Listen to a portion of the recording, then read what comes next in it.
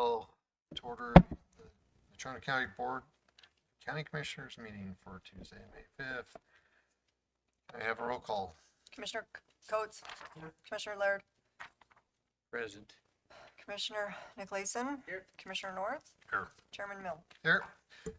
Have everybody stand and say the Pledge of Allegiance, please. Pledge allegiance. To the flag of the United States of America, and to the republic for which it stands, one nation, under God, indivisible, with liberty and justice for all.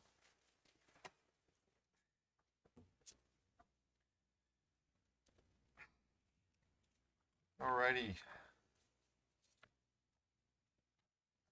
So one of the cool things with being commissioners, don't get to do this very often, but we are able to give out some scholarships to 3 kids every year.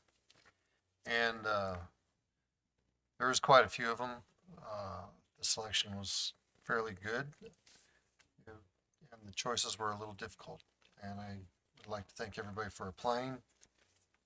This year's recipients is Adeline O'Brien, Jovi Munger, and Ella Rice. So congratulations. Yay. And now, discussion points with our famous, friendly people. How are you doing, Garrett? Good.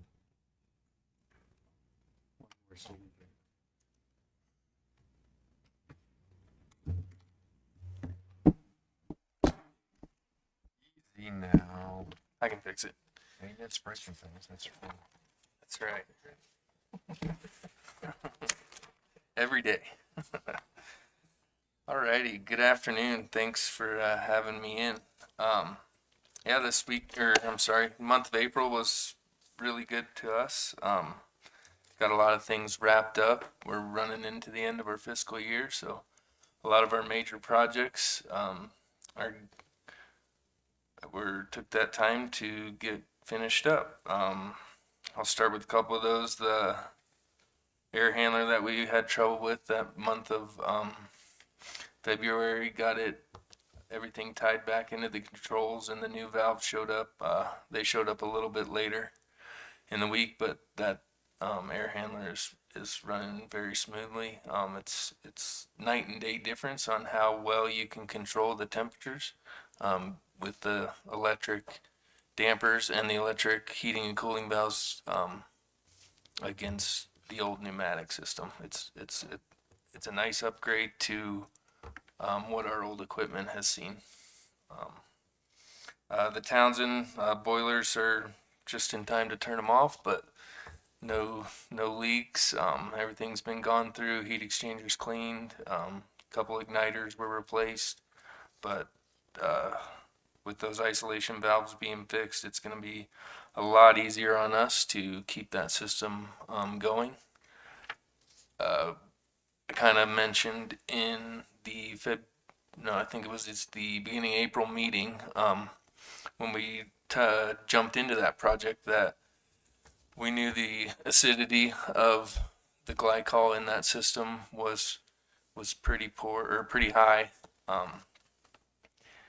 I am working with a chemical contractor to see what we can do about a slow additive to decrease the acidity of it, rather than having to flush the whole system at once and do it that way. But either way, we might have to do at least a 50% flush, and then go back in with new glycol, and do like a monthly or quarterly additive to keep that system, and should, in the long run, the longevity of all the gaskets, and let's say there's 120 VAVs over there, right? It's the longevity of those will last a lot longer. So that's the goal with that. Other than that, it's just been little projects here and there. Nothing major has come up. A couple of small things, some revolving door of cast pipe that cracks over time, but small sections,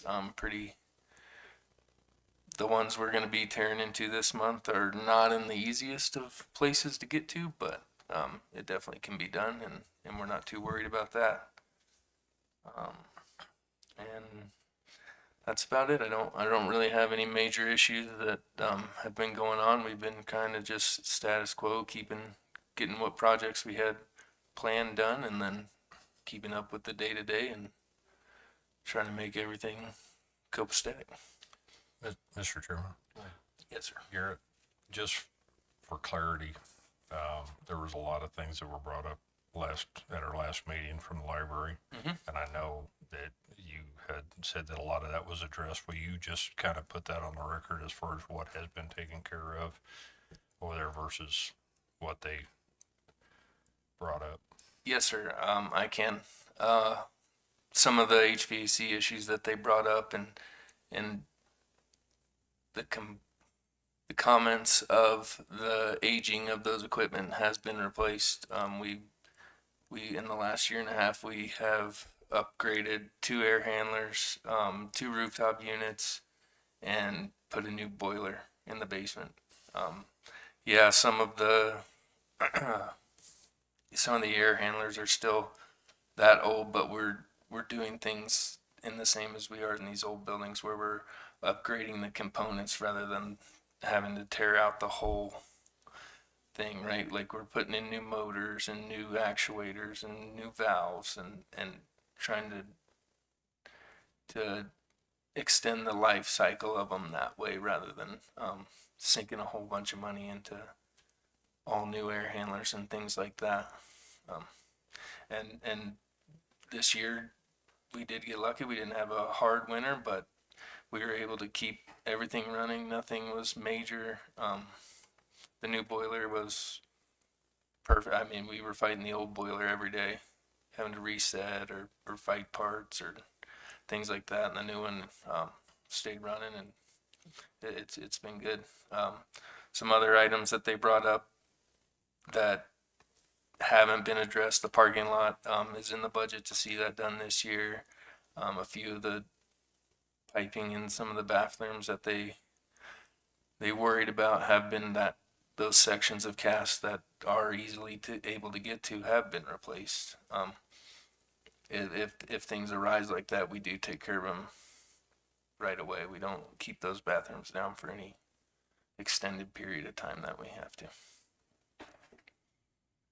And for the most part, most of the piping and cast in that building has been replaced. A lot of it that you can get to in the mechanical rooms and in the bathrooms is a lot newer than some of the stuff that we see in these other buildings. Okay. I appreciated the update. I knew that that you had been working on things over there, and I just wanted that to be on the record too, so that it's not just being neglected, that things are being taken care of, and they have been being taken care of. Yes, sir. And then those comments of the 20 million, that was projected in that building study over the course of 20 years. That wasn't just something that assessment suggested to us right away. Those are things like a new roof. When the warranty of the old roof is out in 5 years or 10 years or whatever it is, it's still tied into that 20-year overall projected cost.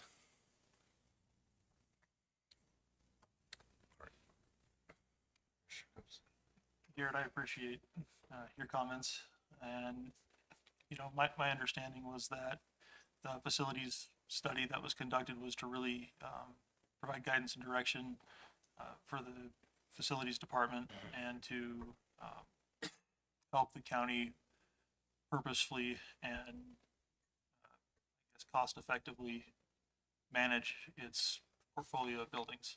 Yes, sir. So I don't think that you learned anything new from the previous discussion. Right. And I do appreciate everything that you've said here today. Mhm. It's important that we utilize these studies for what they are instead of, what in my opinion, an impression was kind of a pointed political tool. So thank you. Yes, sir. And another thing with those building assessments as well is the previous this department previously has not kept any record of warranties, age of equipment, anything like that. So what else helped in that assessment was they came in, aged everything, gave us a lifespan of it, right? And that's also a suggested lifespan. There's multiple different ways to keep mechanical equipment running rather than just having a replacement. Are you tracking that stuff now? Yes. Yep. Okay. Yeah, they gave me some very helpful software to use with. They put all that assessment into the software that I can adjust and edit as we go along through time, and everything added in gets replaced and everything stays up to date. Sounds good. Any other questions? Wow. Get off easy again. I'm getting good at this. All right. Thanks, Gary. Thank you very Alright. much for Thank you, giving us guys. clarification on that.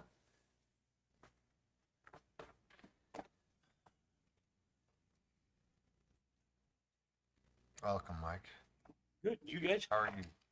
We're good. Well, we're not I'm plowing going to a speak lot. for everybody. We're Yeah. good. We're good, huh? Everybody's good. Well, that's good.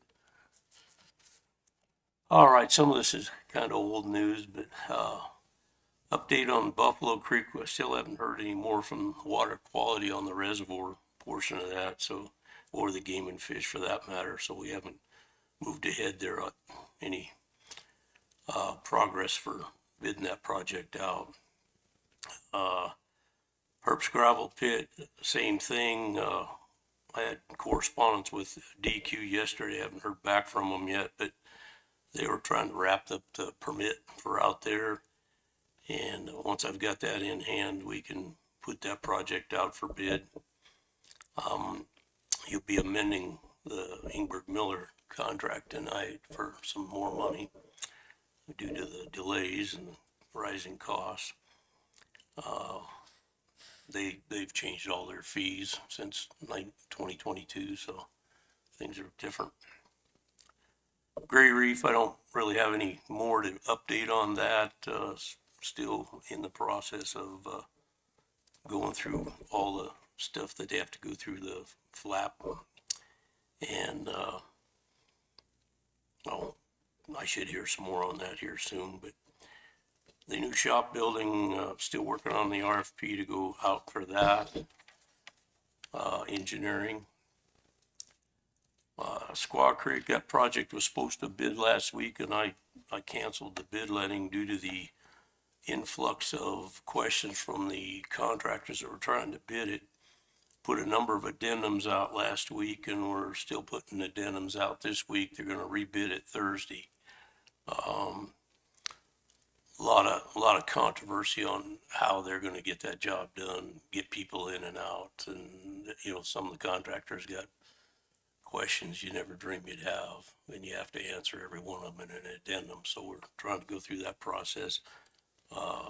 Change the design a little bit too, so that they wouldn't have to haul anything off if they didn't have to. But we'll know more on Thursday how that comes out. And there again, that contract's going to increase. Mr. Chairman, Go ahead. Mike, what are some of the complications with access as it was originally designed with that Squaw Creek project? Well, there's only one way in and out. And, you know, it was designed so that you'd keep one side of the road open. Some of them have some other ideas about doing, you know, longer lengths of road, quicker. And, you know, it's going to be, every contractor's going to do different. There's some of them, two of them live up in there. They're going to bid that project. And so there's some options on their land to do some things. And so, you know, it's still going to be a bottleneck any way they do it. And, you know, we're probably going to hear about it. But most of the people that live there want the road. It'll be the people that are probably looky-loos going up in there that think it's crazy. But there's no other way of doing it. I mean, it is what it is. But a lot of the questions were engineering questions, you know, culverts and, you know, just fee schedule, type things that got mixed up, had to be fixed, but hopefully we got all those answered and it'll bid Thursday. We'll see if it comes in under budget or at budget at least. So,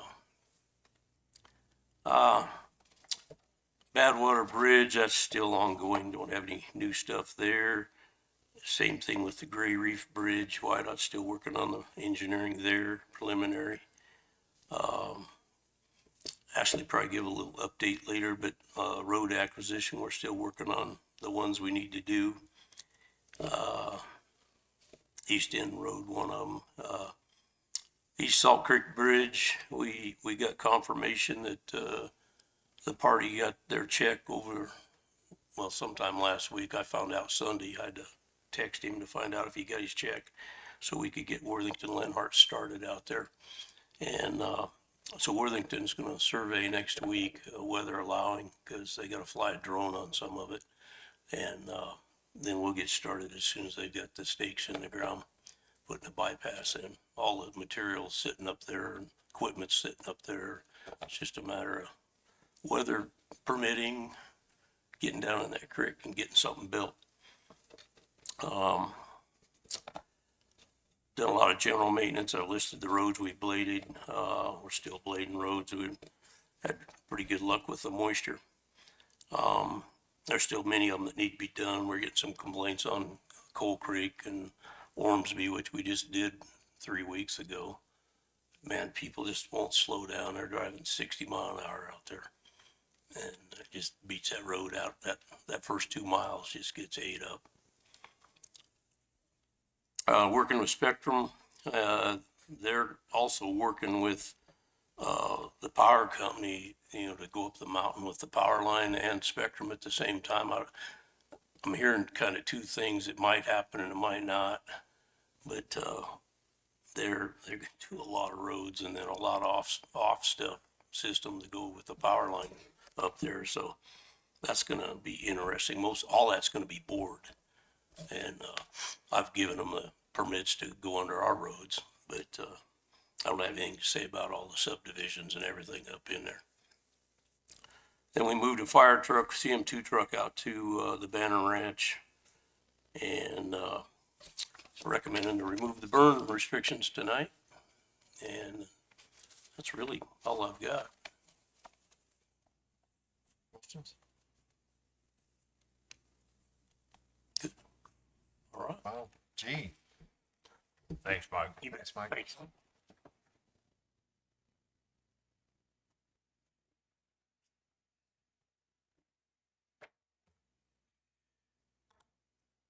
Alrighty, Among Friends, Adult Day Center.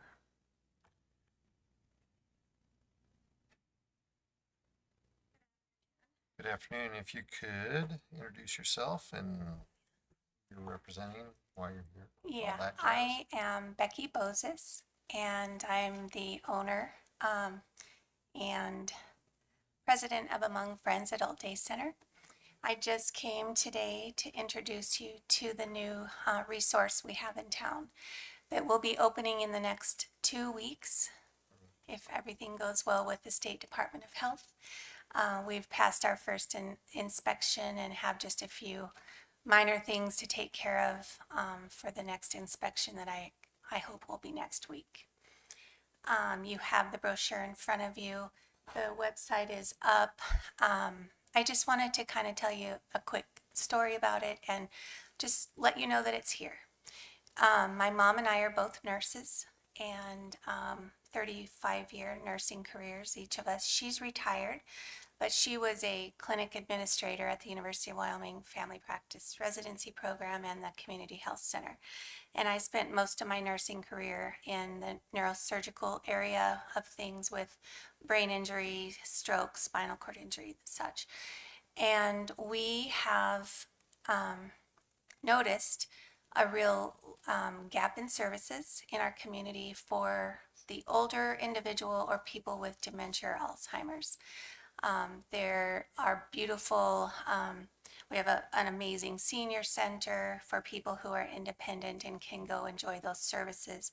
We have really awesome home companion care services, and we have beautiful assisted living facilities.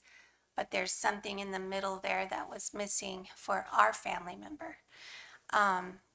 Multiple family members. We had my grandparents, my two uncles, and my mother-in-law, who all could have used this service as they were trying hard to stay home as long as possible before having to move into a facility. And then the big one for our family was my sister-in-law, Chris Bozes Craig. She was diagnosed with early onset Alzheimer's at the age of 59, which is how old I am now. She was a financial advisor at Merrill Lynch in Denver, grew up here in Casper. She was independent, a traveler, a golfer, a volunteer at her church, a very busy lady. And she had this diagnosis, and she had to obviously leave her career, leave her home in Denver, and come back home to Casper because her family members were here. And we tried everything we could to keep her at home while we were working and unable to attend to her during the day. She did end up moving to assisted living prematurely in many ways. She was the second youngest person there, and she knew she didn't quite fit in there, and she truly suffered with her disease. And she passed away last March at Mountain Plaza, where they loved and cared for her very well. But we know, and we came up with this idea during her illness and her journey, and it was she needed to be with people. She needed to be social. She needed to be going places. She didn't want to be at home. She had never spent time at home, day in and day out. So we came up with the idea. Casper has had a couple of attempts at adult day centers before. The senior center tried one for a while. I think there was one down by the Methodist Church downtown for a while. And they were both nonprofit and struggled to come up with funding. And so we went out on a limb. We talked about it and dreamed about it for 7 years. We really dove into it for the last 3 to 5 years.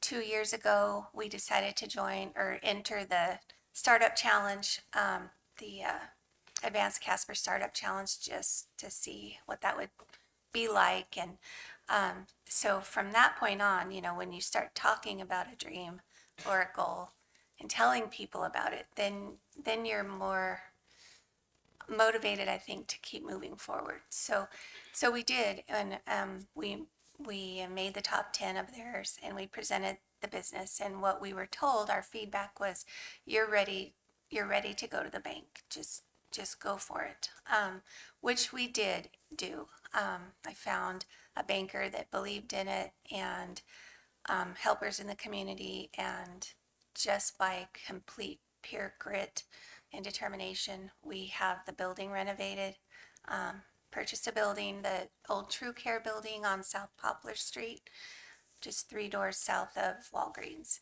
And it's an 8,000 square foot building. We renovated the front 5,000 square feet, went through all the hoops that you can imagine. They license such a facility like it's a healthcare facility, which it is and it isn't. It's a social model day center, so we won't be providing skilled nursing services. We have that in our community. We have the assisted livings and the skilled nursing facilities already. So it'll be a social model, which means people can come there during the day, 50 and over, who have some sort of need, whether it be socialization need, supervision need, nutrition, exercise, activity, community engagement, that sort of thing, with nursing oversight. We will only meet the need for people in that area, and once they're ready to move to the next step, we would then help transition them to assisted living or nursing home. We will be providing healthy meals. we're contracting with Kitchen Social to provide our hot noon meal. We'll have healthy snacks in the morning, like continental breakfast type things, healthy snack in the afternoon. We have multiple volunteers who have already passed their background checks, received their two-step TB tests to come and volunteer with these folks. We have anyone from a retired teacher, some music teacher who wants to do music therapy with these folks, to another retired educator who's a Civil War expert and a classic car enthusiast. And we have a retired social worker, a retired pastor, lots and lots of really cool people who want to volunteer. And we also have people who want to come in and entertain and spend time with this awesome group of people. I don't know, are you looking at the website right now? Or, okay, it's just up on the screen. If somebody can, oh, pardon me. Thank you.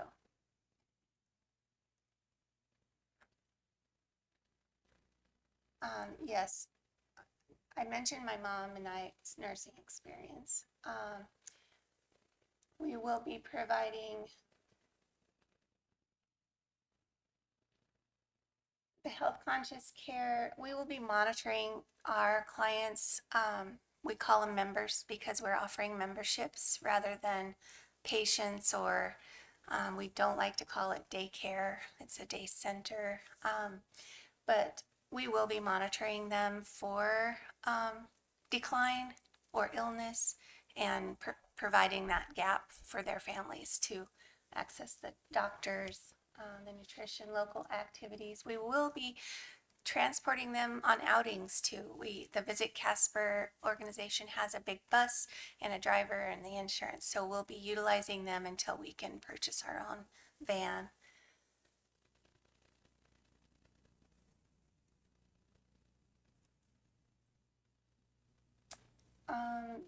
The age is 50 and up. I mentioned my sister-in-law, she was 59. Another gentleman that I presented at the senior center earlier today with, his wife was 54 when she was diagnosed with Alzheimer's. So we know, and our local neurologist here has told me he's diagnosing about 10 new dementia patients a week in Casper, which is kind of frightening. But these folks really struggle to get by at home.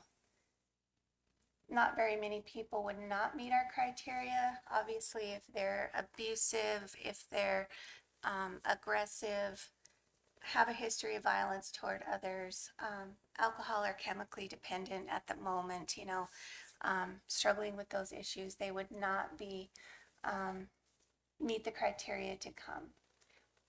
We have we'll be offering the memberships will be a full-time option, 8 to 5 days a week. We do not provide overnight stays or weekend stays at this time. We'll have a Monday, Wednesday, Friday option, Tuesday, Thursday, and then half-day options. And a drop-in rate for people who are already registered with us but just need an extra day here and there.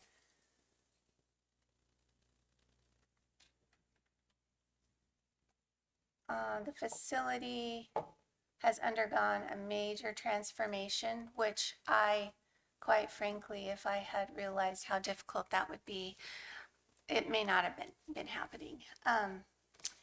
It's a beautiful space. I love the building. We took the front part and renovated it. Travis St. John is a relatively new contractor, new to the business, but he did the renovation and it's absolutely beautiful. You would never believe what it looks like on the inside from the outside. We have a little patio out front. These are just architectural renderings. And it's just gorgeous. Very warm, comforting, and homey. The State Department of Health requires many things for this kind of facility. And one of those things is 40 square feet per client in the building at any given time.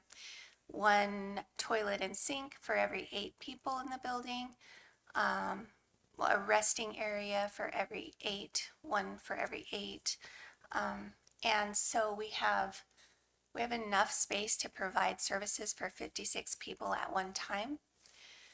And we highly doubt that'll be a regular occurrence, but it could. We have to staff it.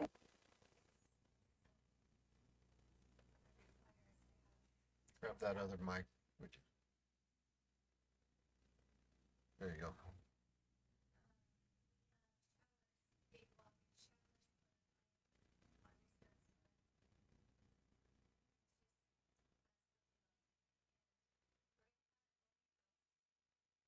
Public open house May 16th and 17th, and then we're going to have a grand opening ribbon cutting celebration on June 18th, which is a Thursday.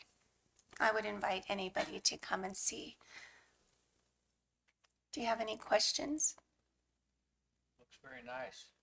It is. Yeah. It's lovely. Yeah, it's been a family project, I guess you could say. My mom and I are the best of friends. She's one of the best nurses that we've ever had in our community. A lovely person. She herself has had Parkinson's and a stroke, so she's still just writing policies and doing the job. My dad is a community member who is a helper. My son is our IT guy, our marketing guy, our design guy, and so it's been quite a journey. So I think that's it. Thank you so much for having me, allowing me to introduce it. Anybody have any questions? Just have one, thank you for stepping up and filling a need that you saw. I think this is fantastic. Thank you. I think I went to nursing school with your mom. My mom and I graduated together. Is your mom Paula? Yes. Yeah. It's very Yeah, nice. Go ahead. I agree. Thank you. Thing for the community and fills an important niche. So Yeah. appreciate Well, and our baby boomer population is enormous, and it's just getting harder. So thank you. So I'd like to just say thank you as well. I've known her since she was a little girl. Yeah. Her brother played baseball on my baseball team. I know her mother and dad very well. And Yeah. thank you very much for what you're doing. You're Appreciate welcome. I'm happy to do it. Thank I you. actually got a question for you. Sure. Real quick. Actual question. I Absolutely. do appreciate what I'm you've done glad. as well. Yeah. Are you guys accepting Medicare, Medicaid? Oh, good or question. How's that? Good question. Medicare, unfortunately, does not pay for adult day services. It's something they should do, I totally believe, but they don't. Medicaid does, but they pay $25 for a half a day and only part of the year. So it's not appropriate to even Worried about try. Yeah, it's sadly, the VA does pay for adult day services, and we're in the process of getting our credentialing from them. They've had our paperwork for many months. And so I've got a reminder in my phone once a month. She said, don't call me more than once a month. And so I call the VA once a month to get, try to get so we have some veterans who are waiting for that. They do, and long-term care insurance will pay for adult day services, and the rest is private pay. Okay. Oh, I should mention, if I have time, do I? Yeah. Oh, yeah. Because we had nothing better to do, and we knew there were going to be people in our community that couldn't afford a service like this, we started a foundation. It's a totally separate entity. My mom is actually the one who started it, the Still Me Foundation, and it is brand new, has its 501c3 IRS number, and they are applying for grants now and have received their second grant. And that service will, when doing the research for our project among friends, we found that some of the reasons why people become decline so fast when they're aging is there's about 8 areas. One is lack of social interaction, so day services, lack of getting vision exams and glasses, dental exams and dentures so they can eat and go out in public and feel comfortable, hearing and hearing aids, transportation, meals, and then the day services. So this foundation, which is founded in my sister-in-law's, memory, will support folks who live on straight Social Security, don't have the supplements, and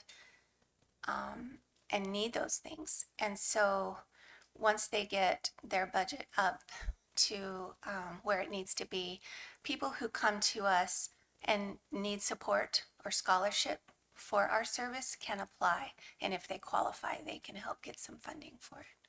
So that was our way of trying to meet the needs of more than just the folks who could pay out of pocket. No, that's fantastic. Yeah. Thank you very much for sharing Yeah, this with you're us and welcome. for doing something like this in the community. You bet. Okay. Thank you.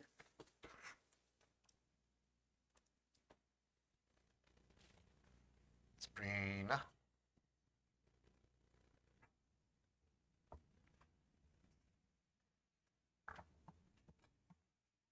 Good afternoon, Commissioners. Thanks for having us today. Our report was provided to you guys for planning. We're looking at doing the zone text amendment for outbuildings this evening. Code enforcement continues to work with the Sheriff's Office for citations and violations for citizens that are not acting appropriately. And we have got a lot of calls and questions when code enforcement's been out on when we're doing the cleanup. So we tell them your personal phone numbers and to ask for some money to be able to do this cleanup. So expect those phone calls every day for the next few months till you say yes. Okay.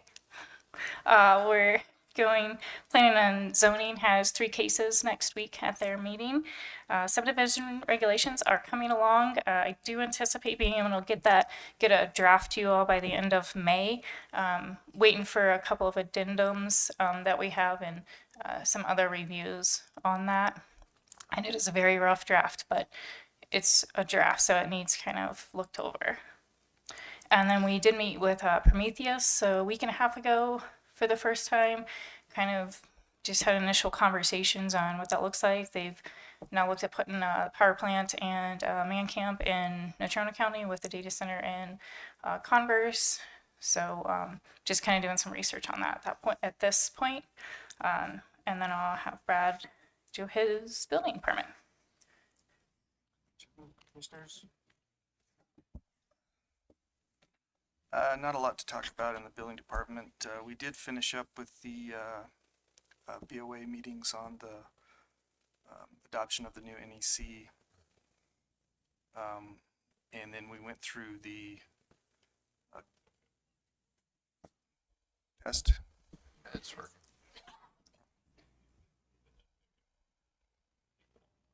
Oh, okay. Sure. We also went through the contractor licensing regulations, and then we reorganized our fees schedules. We've submitted all that to legal. Waiting to hear back on that, and then we'll be presenting as soon as all that's finalized. The bigger projects, Mesa projects coming along. They're coming down to crunch time now. So lots of stuff going on over there. That's where I just came from, actually. And then Love's Travel Center, they're breaking ground on it. It sounds like they've got some water problems over there on that lot they're working through, but we've started rebar inspections on the foundation. Other than that, nothing's really changed. Any questions? No? Everything's going pretty good. What did you do? I mean, you said it's a rough draft and everything for the fees and the new schedule. How were you basing those off of? We didn't really revamp the fees themselves. We updated a few licensing fees, because we were a little outdated on them, but nothing real major. The actual permit fees did not change. We just organized all of our fees into one resolution. It's pretty scattered. We had a lot of stuff that wasn't actually in our fee schedule that should have been in there. So we just kind of updated stuff that we'd already been charging, made it all into the, More transparent. yeah, so Fine. basically everything's on paper now that we can't get in trouble over. Okay, that's great. For the planning fees, that's kind of what we did as well. We were told by previous attorneys that we could get in trouble with how our fees were because they weren't broken out correctly. And then we changed some of them based on, we got fee schedules from probably every county. Teton County was probably the least like ours.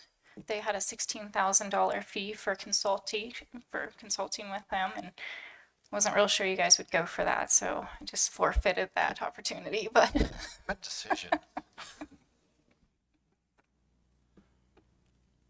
All righty. Any other, Dave?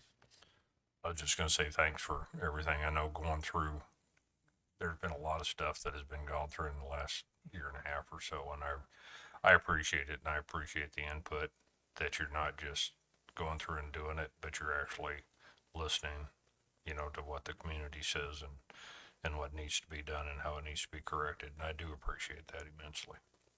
Thank you. All right. Well, thank you.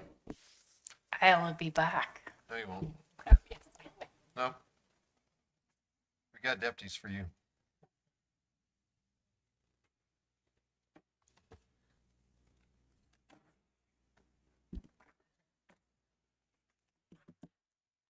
Good afternoon. How's everything going? It's going.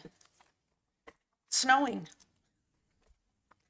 All right, first thing on my list I have to update you on is the Policy Review Committee.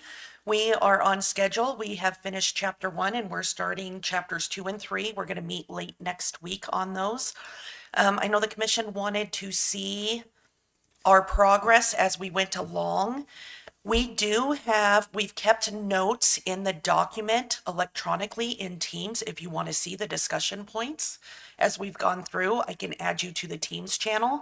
I think that would probably be easiest. And you can always stop by and I'll run you through where we're at and happy to help out there. Along with that, we found, I think, a good format. Right now, we're just working on the content and the actual language, but I think we're pretty solid on a format that we found that the city of Gillette uses. It is a format where the policies are all put together in a handbook, but they are not necessarily numbered. You go through by chapters, but the pages aren't numbered. So when you go to update a policy, we're not having to go through the whole chaos of, well, now we've got a resolution, remove this paragraph and put this resolution in, and the whole formatting issue. So I think we've got a solution for that. Any questions on that subject? Okay. Recently, with doing the budget, we went through and saw that our drug and alcohol screening for our pre-employment reasonable suspicion and random has expired.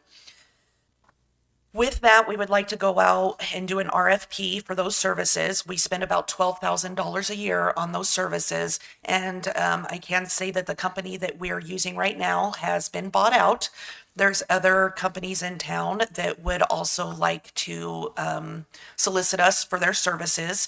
And so I think it would be wise and beneficial for us to do an RFP for those services. The biggest hurdle would be with the sheriff's office. And I spoke with the sheriff and the undersheriff, and they're both in agreement to do an RFP and see what else is out there. I can say that we're not extremely happy with the services that we're getting right now with them. We did have a couple of situations where we needed them after hours, and it is in our agreement that we have them after hours, and we were not able to reach them. So we had to seek services elsewhere. We're not completely unhappy, but I think it would be wise to do an RFP for that. The next thing is the Baker Tilly compensation study update.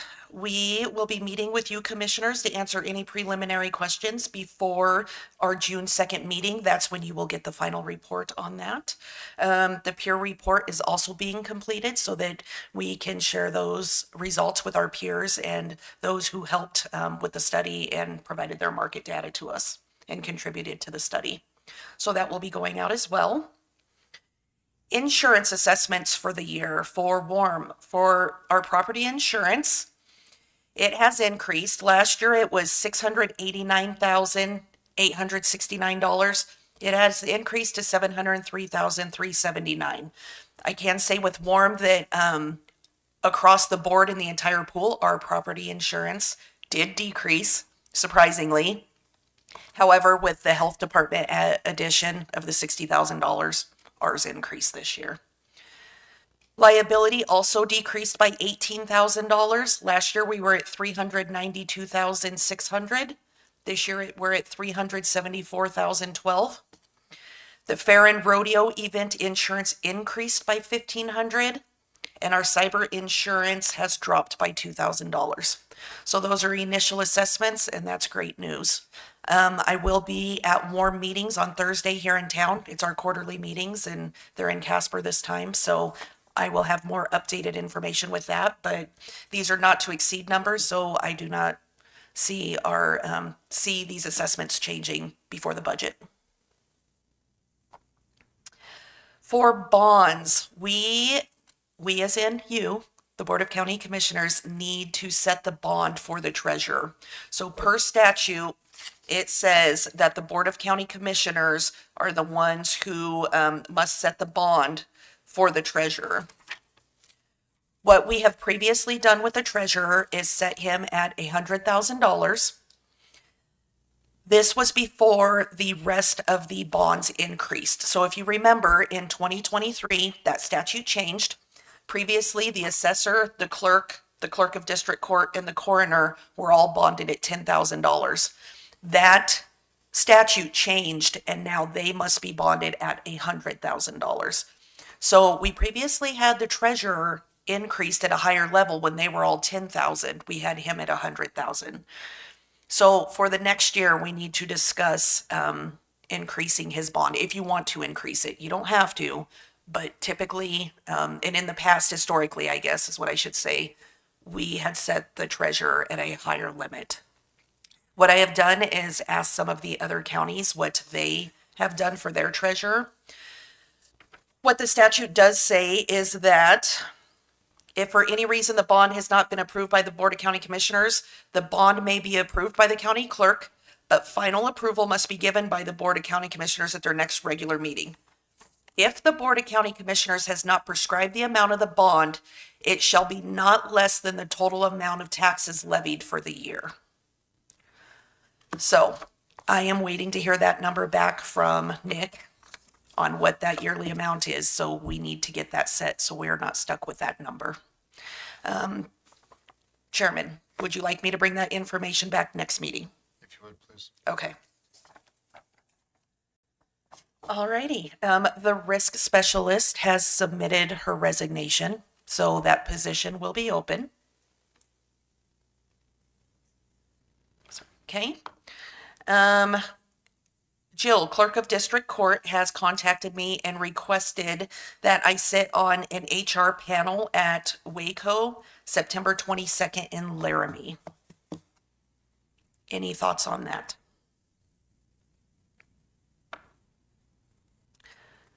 It's a panel, I guess they have done this panel in the past where the elected officials ask questions of HR directors and how they operate, how they interact together, different HR topics that are coming down the pike.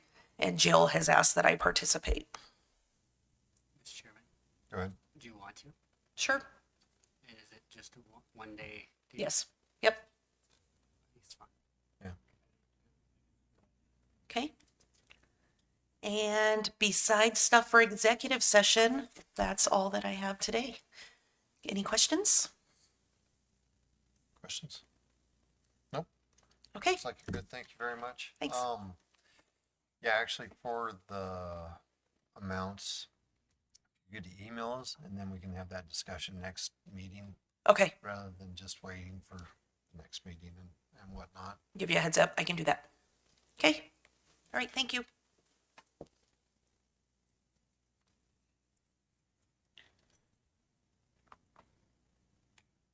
Alrighty.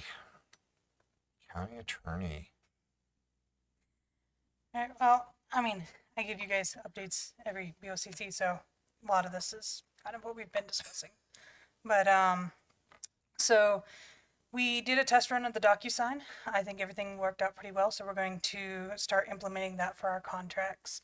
I think, we figured out how we're going to do that so that we all feel safe or feel comfortable moving forward with all these contracts.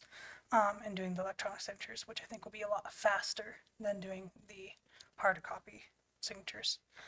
Additionally, I'm working on the child support lease for the building, getting that drafted. Still working on researching that trust question that you all had. It's going to take me a little bit because after reading some of the stuff, I have questions that I need to kind of answer so I can make sure to give you guys a good answer to your guys' questions. I got the Vista West response drafted, and I sent that to Commissioner Nicolason. That is due on the 11th, so I believe we're in good shape there. We're working on the East End Road. We're drafting those easements. We got pretty much hold of all of the owners on that road that we needed to amend those easements, so that's good. So we can go through that process instead of the other route. As Bert had talked about, I'm going through the BOA resolutions. I've been involved in all of those meetings, so I'm just double checking and making sure, having another set of eyes, making sure that everything got changed that we had discussed and everything. But I should be done with that here shortly. Title 25s, they are going well. Any issues that pop up, Bill, Phil, and I have been resolving pretty quickly. I did have my staff kind of run through some numbers, and since January of this year, we have done 260 Title 25s, and that's counting the ones that we did today. So I'll just kind of give you some numbers. That's where we're looking at so far. And yeah, that's pretty much everything that's going on in our department right now. Any questions? Personnel, anything going on? Well, Tamara and Felicia, our two legal assistants, are doing really well. They're really helping me with some of this stuff. Felicia she's the one that's taking a stab at drafting some of those easements for East End Road for me while I'm doing some of these other projects. Tamara has really helped us to get caught up on closing these Title 25s. And I know she was working today on going back through April's Title 25s, making sure we've gotten the ones closed that we need to get closed from that month. Just so we don't have another one of these where, in a couple years we have the court saying, oh, all these cases should have been closed and they weren't. So we have a game plan going there. And also, Tamara has been helping draft some letters. We had some letters that we had to send out to some individuals who, concerning an issue that we had with a breach of confidentiality. So she helped draft those letters, got those sent out last week. So we're good there. And then as far as obviously tonight we have the appointment of the county attorney. And then hopefully we can get the deputy county attorney position posted here shortly. So, and Danielle and I do have some ideas on how we can do some more recruitment for that position. Talking to the University of Wyoming, my alma mater, seeing if we can get some postings there, maybe get some, some good applicants. So. All right. Any questions? Thank you. Yeah. Tracy?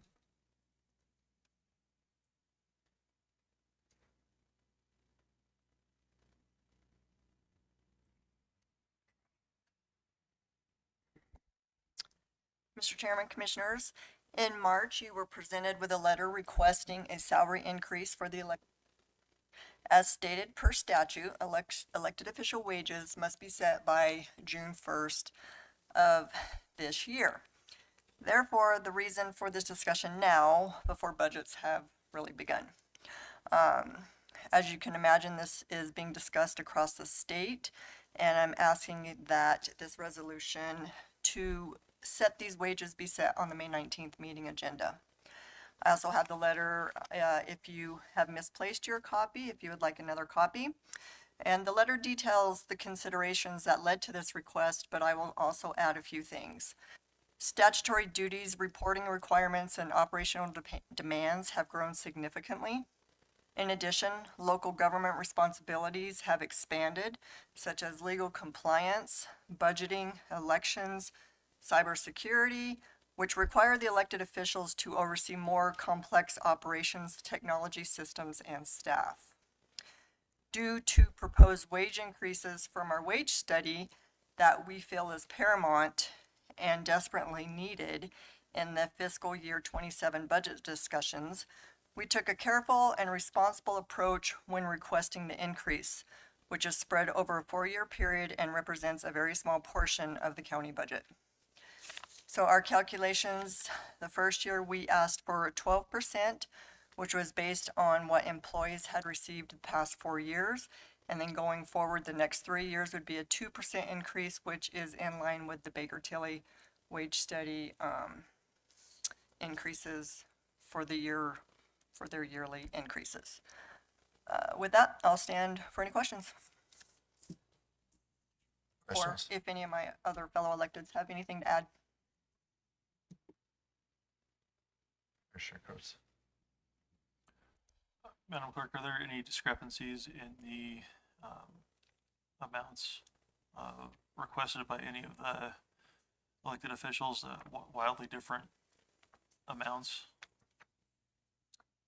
Mr. Chairman, Commissioner Coates, I'm not understanding your question. So, all the electeds carry a heavy burden.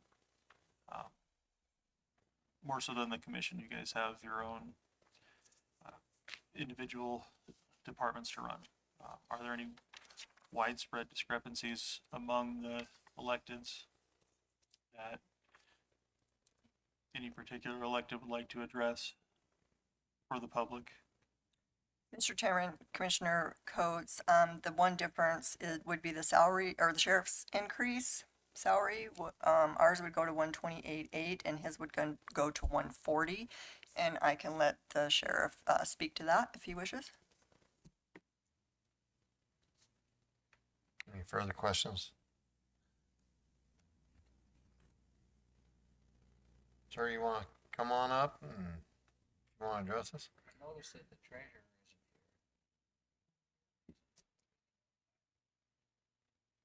Mr. Chairman, Commissioner Laird, he was notified, yes.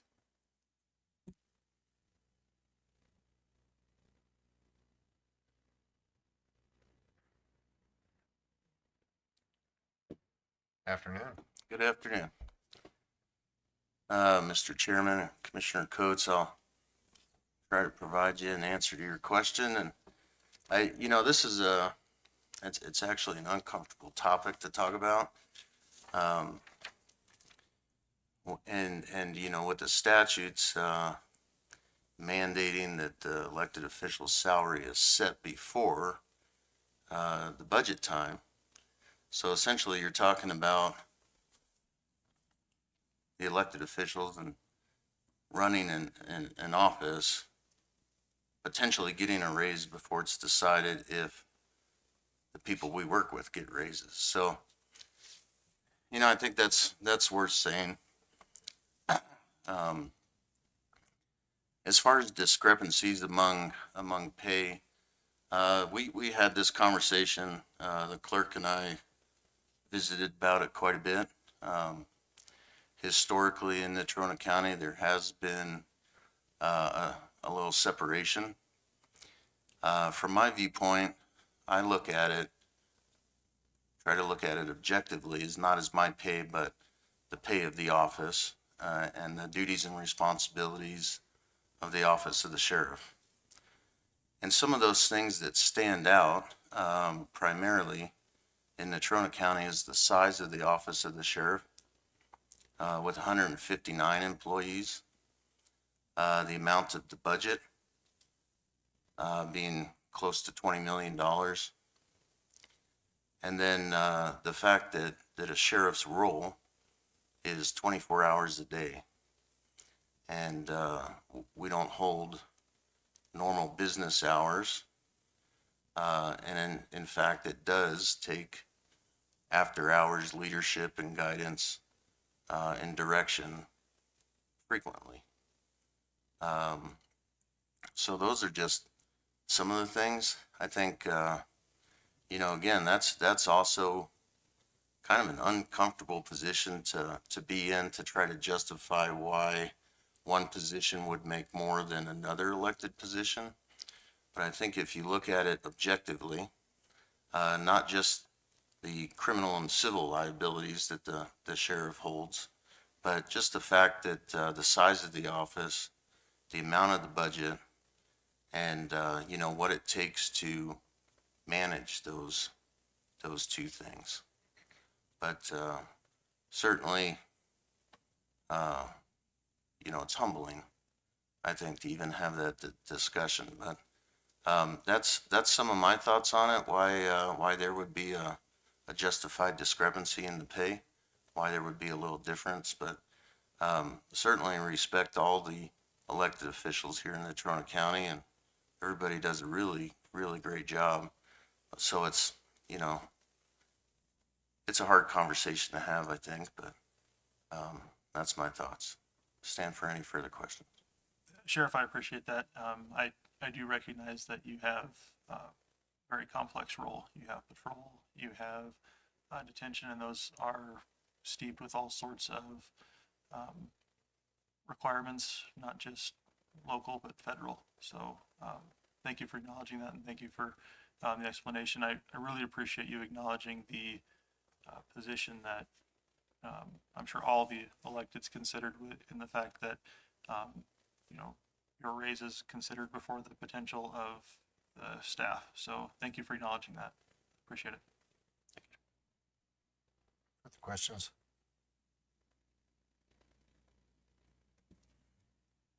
Mr. Chairman, Commissioners, so therefore, at this point, I'm looking for direction in drafting the resolution that would need to appear on the May 19th agenda.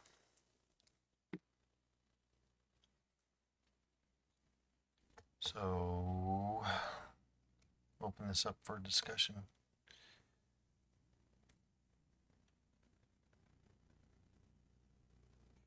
All seen the letter, correct? I'll break the silence. The biggest concern I have is what the revenue projections are and how much they have dropped, and our employees as well with the wage study. Those are my biggest concerns. And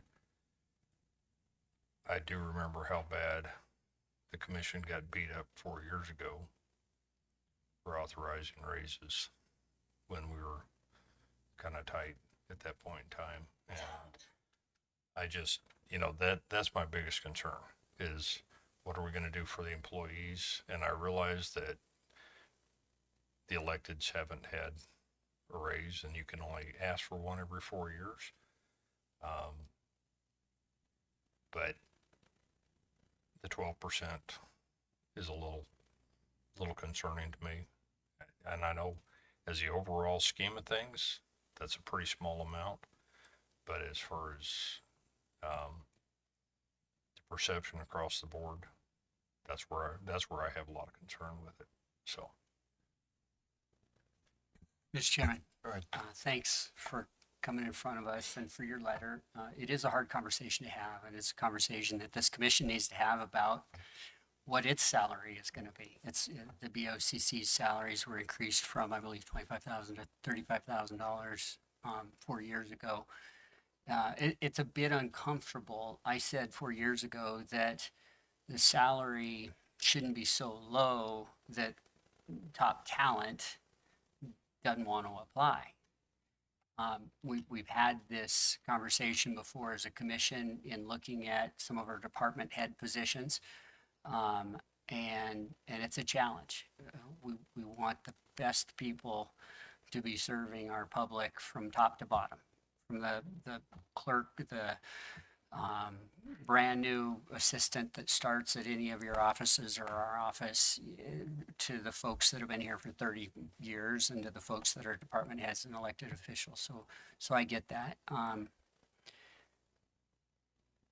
It's not a compelling case to me personally to have to look at it from the perspective as this is what we did for other employees over the last 4 years.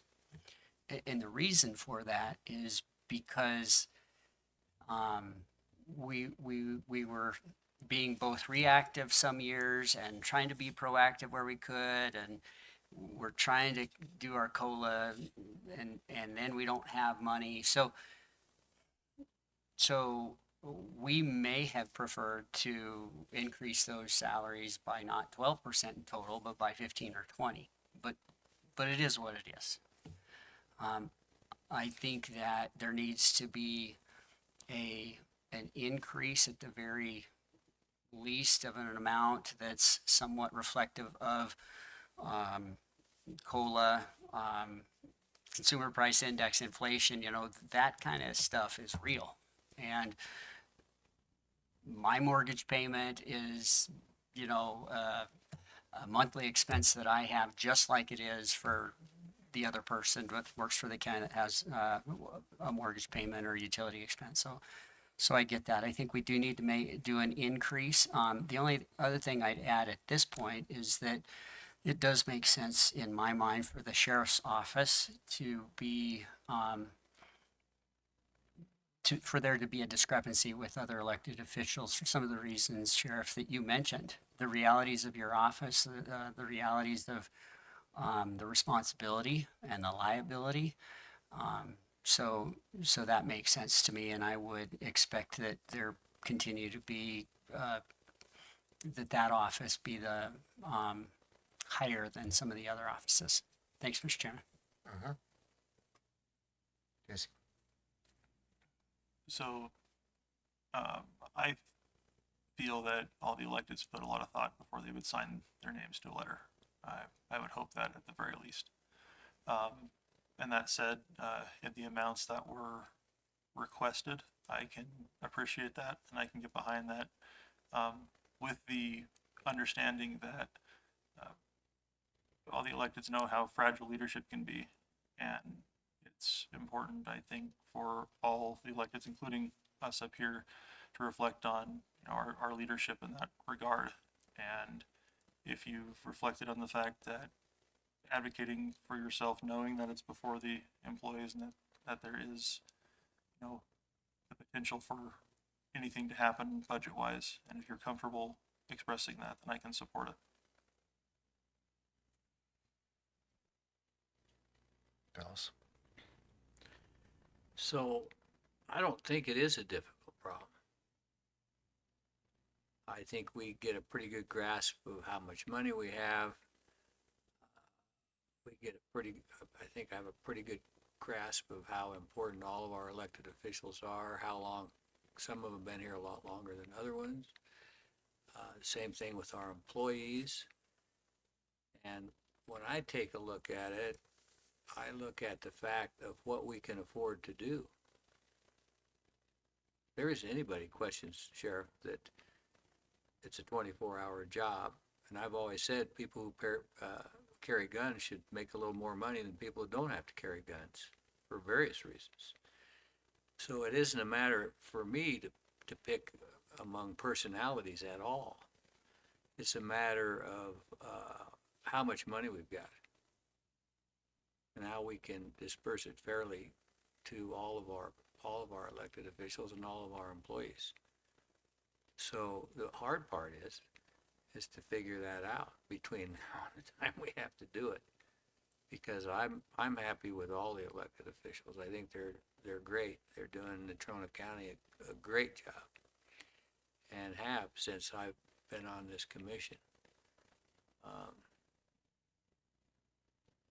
we get, we get 4 years here unless you run again, and we need to deal with properly and fairly administering the money of this county, the taxpayers of this county's money, to make sure that people make a decent living from our standpoint of what we can afford.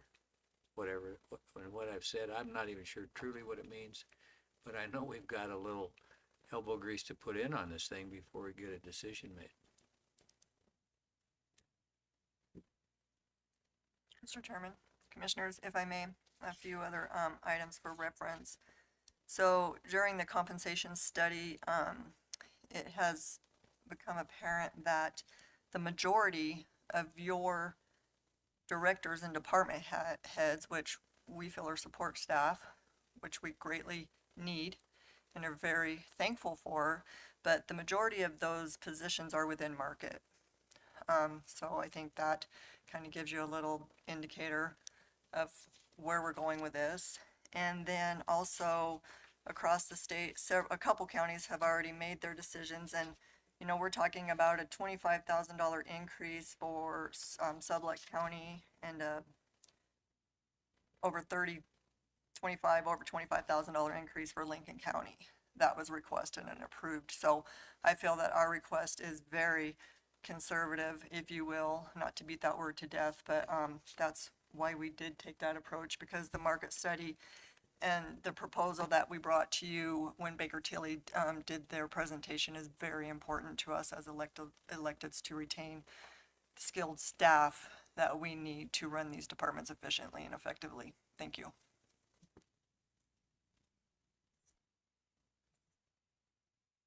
It's on. Mr. Chairman, Go ahead. how do you think it would be seen by our employees if we did a 2% annual increase for you, but not them? Well, I think it wouldn't be perceived very well at all. That's why we're hoping as the board that you would help build a foundation, a solid salary structure and foundation that we have proposed to you, or Baker Tilly has proposed to you with the wage study. That was the whole reason, I believe, for the wage study, was to gain that information and to build something that we have never had before. So our motto, or our mantra going forward, is going to be people before projects. So, you know, we're going to talk again about this June 2nd when we have the final presentation on the wage study, but it wouldn't be perceived well at all, I guess, to answer your question. So, you know, we haven't made a decision yet with respect to the county employees and whether or not we accept some, all, or part of Baker Tilly's recommendation, including the 2%. There is a real significant revenue picture. Mr. Martinez from the Treasurer's Office gave us year-over-year information as of March 31st, and you know, we're down almost 14% on property tax revenue. We're down pretty much across the board, and I know that, yeah, some months, well, for some items, we don't get it until after we're through whatever the reporting period is, and so there's a little bit of squishiness or gray area in that. The only thing I saw that's up is gambling revenue, frankly. Mr. Sheriff, that's more your problem than mine. It's actually an issue for all of us. But in all seriousness, we haven't made a decision on the Baker Tilly thing because we haven't had to. Because remember, as you recognized and acknowledged, we don't have all the information from them yet. At least I don't feel we have, with the comparative stuff and some of this other information. So I'm not going to promise that would be something I would vote for, whether it's some part or all of Baker Tilly's recommendation. And I also feel that the elected officials are a little bit different, and that I don't know that I want to lock the county into this 2% per year increase.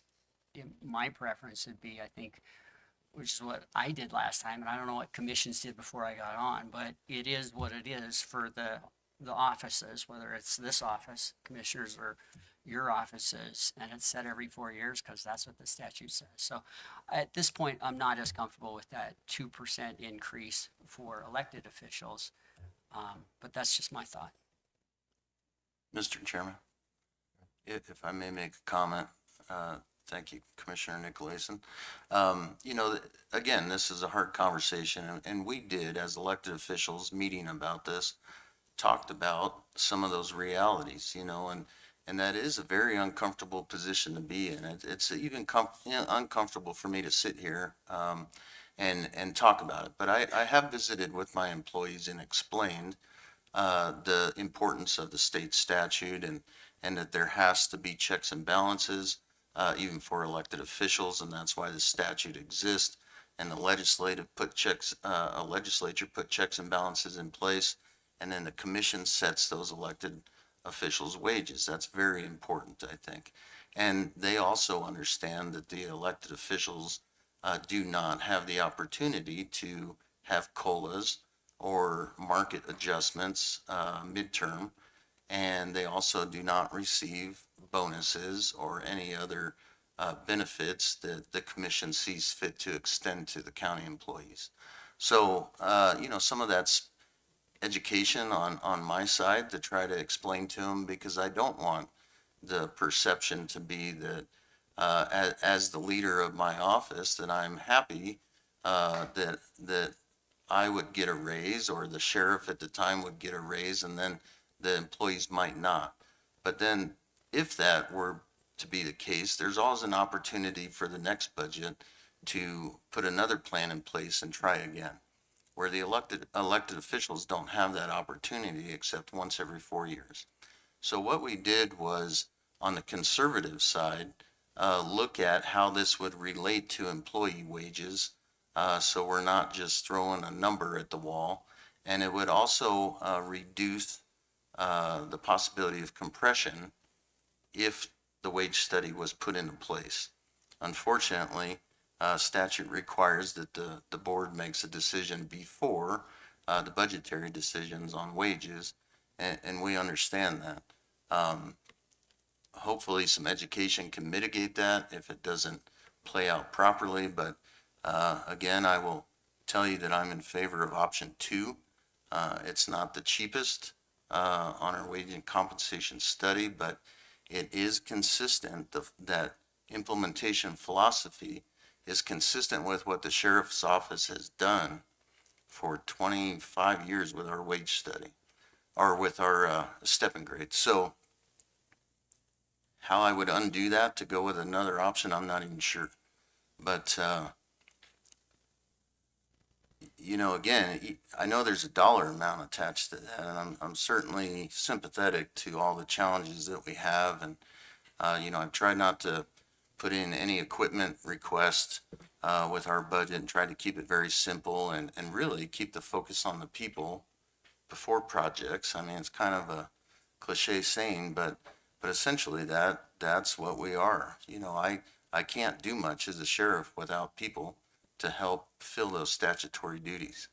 And really that's who I want to look out for in the front side. But that's some of the thought that we put behind it, to try to give you some options. And I almost agree with you, you know, because personally, the law enforcement pension plan looks at the highest 5 years of your wage. So having a stepped wage towards the end can be counterproductive. But we thought that you might have more appetite to a step increase that would be consistent with what an employee would see. But it's certainly an option that we just try to present you.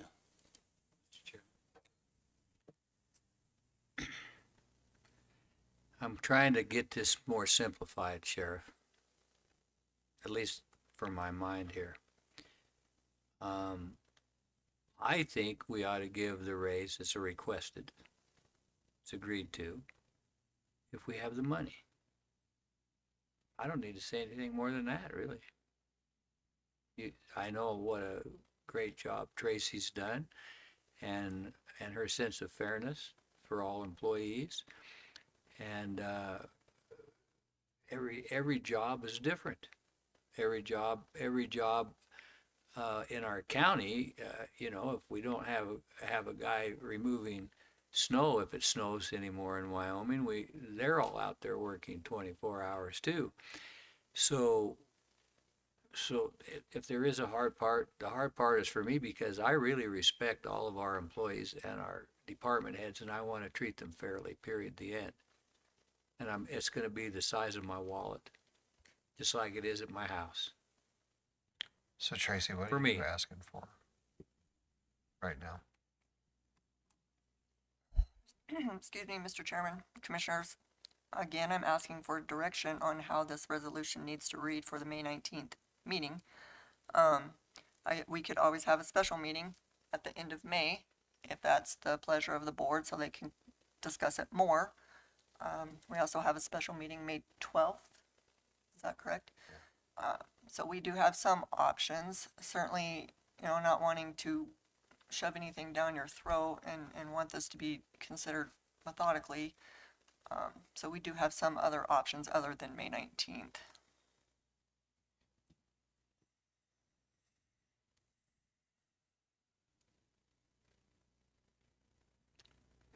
Unless I'm getting it wrong from a lot of the comments here. There's concern about the budget, but we're all supportive of some sort of salary raise. It sounds like to me. What that entails specifically, I don't think we've quite got a handle on. So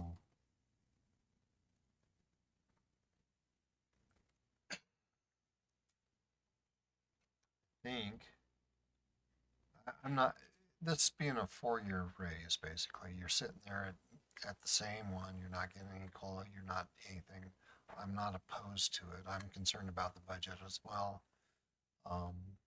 But we want to keep that pool of people interested in your positions, basically, to serve the public well.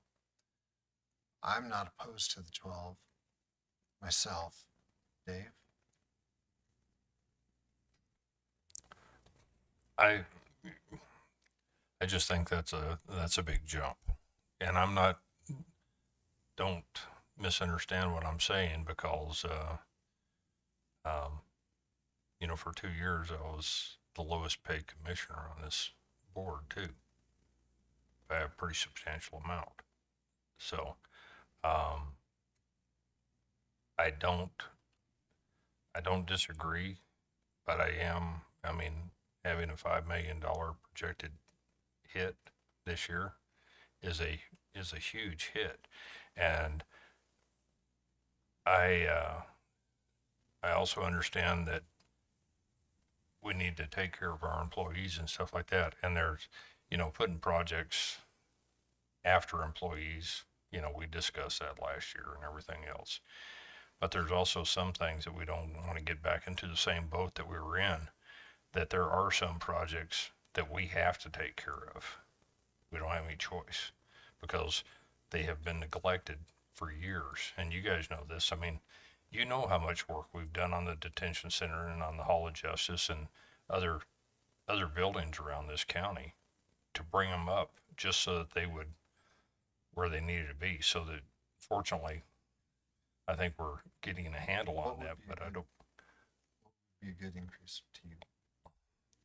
Well, personally, I think the same amount that we're giving the employees that we're proposing to give it, doing a step, not just one time, but give you basically an increase every year. So an 8% instead of 12? Is that 4 years?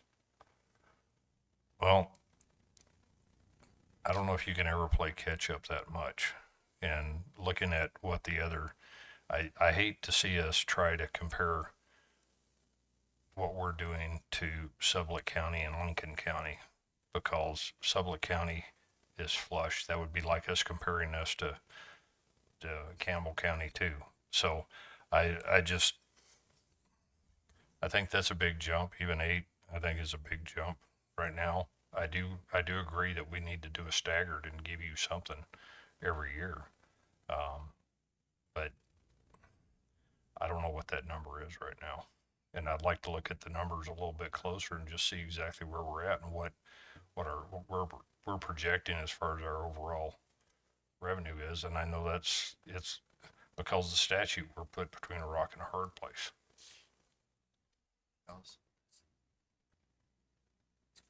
I think this is the final word I'm gonna have on it tonight.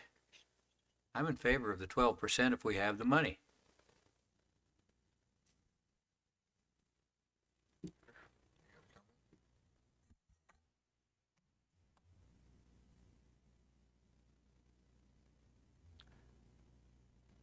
I'd like more time to think about it. We got the numbers from Nick today. I think that we can educate ourselves and maybe one another about how we're feeling about the Baker Tilly situation, how we're feeling about revenue, how we're feeling about expenses. It's easy to say personnel or people before projects. It's really hard to execute or implement that because, you know, if you don't have equipment that runs, then our road and bridge people, you know, they can only do so much. So, I mean, it's easy to say, it's hard to implement because the public demands essentially that we provide both at some level and try and find that right balance. So my feeling is that the 12 plus 2 plus 2 plus 2 plus 2, whatever, I might have one too many twos in there, is something that I think's too high and I wouldn't be in favor of at this time. That's where I'm at, Mr. Chairman.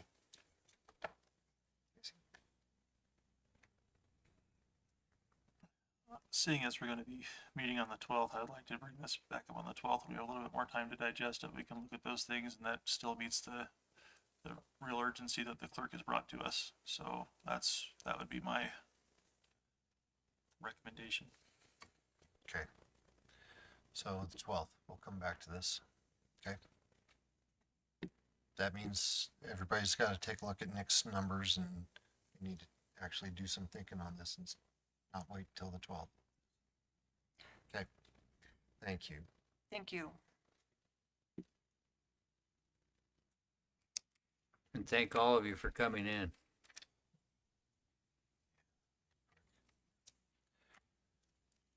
Alrighty, quick discussion amongst ourselves. Firefighters, Natrona County has got 3 applicants do we as the board want to plan and have interviews ourselves with those applicants or let their board interview and give us recommendations? What's the pleasure? Mr. Chairman. Mindful that, hold on, just. Oh, okay, mindful- okay. I thought you asked for this. I thought you were asking. Mindful that there are specific requirements for these people. So just keep that in mind with your decision of. Okay. Okay. Because there are very specific requirements for this, my recommendation would be to allow the board actually to interview and then present that to the commission for ratification. It would also be 3 less interviews that this commission would have to do. So, Okay, Dave. so just thought I'd throw that out. Peter, what are your thoughts? Commissioner North, that's the unspoken part of it. Yeah, this is one of the few boards where I think it makes sense for us to get out of the way and let let those guys do the interview. And I don't know if technically it's a recommendation that we adopt, but if it's only that, I'm certainly going to be in favor of it. But I don't think we need to do interviews. I don't think we have the background to be able to do that nearly as well as they could. Dallas? I agree with Mr. North and Mr. Nicolason. Ditto. Michelle, that's what we'll do. Thank you. In the same theme with AMCO reuse, it's a joint city-county board. So with positions, those interviews are joint city. Generally, next one is scheduled 5/11 at 5:30. And Dave volunteered to be one of the commissioners to join into that interview process. Did you want to as well, Dallas? Okay, so 5:30 on the 11th. Good, Michelle? Chairman, Commissioners, Historic Preservation Commission, we haven't had any applicants nor for citizens transportation. So depending if we get any for that one, or if we get an influx, we'll have to schedule another interview day. That works. Okay. Thank you. Alrighty, and with that, I have a motion for exec session, litigation, legal advice. I'll make a motion that we go into executive session. Motion second. Those in favor say aye. Aye.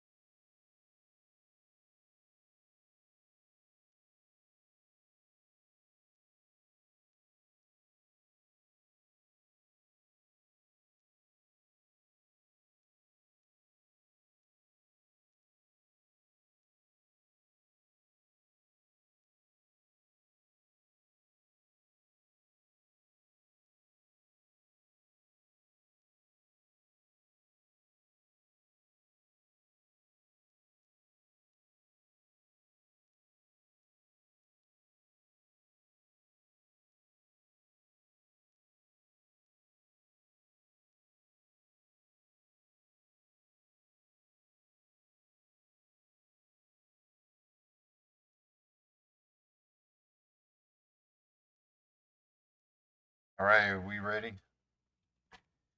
Okay, we'll come back into session, regular session. In exec, it was decided to engage an attorney for legal representation in a health insurance matter. That's all I'm going to say on that. And off to the races for the regular session. So, approval of the consent agenda. Mr. Chairman, I would make a motion that we approve the consent agenda as presented. Got a motion? Do I have a second? Second. Motion second. Those in favor say aye. Aye. Okay, passes. Any contracts, agreements, or resolutions, or when do you need to talk, Michelle? Chairman, Commissioners, my only thing was I needed to know when you want to have the meeting with the Memorial Hospital Board of Trustees. There was discussed of possibly 2 weeks after the collective health trust comes in.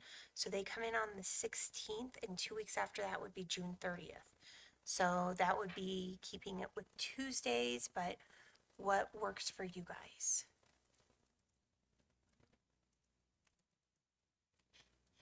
You're hearing crickets, so I think it's good. Okay, and then what time are you thinking? Are you thinking 3 for consistency, Yeah, or? might as well. Okay, that's all I needed. Thank you, Okay. Commissioners. That's easy. All right, next public hearing. So, I declare the public hearing open for the consideration of TA 26-01. The hearing will be conducted in accordance with state statutes, rules of the Natrona County Commission, and other applicable laws. May we have a report?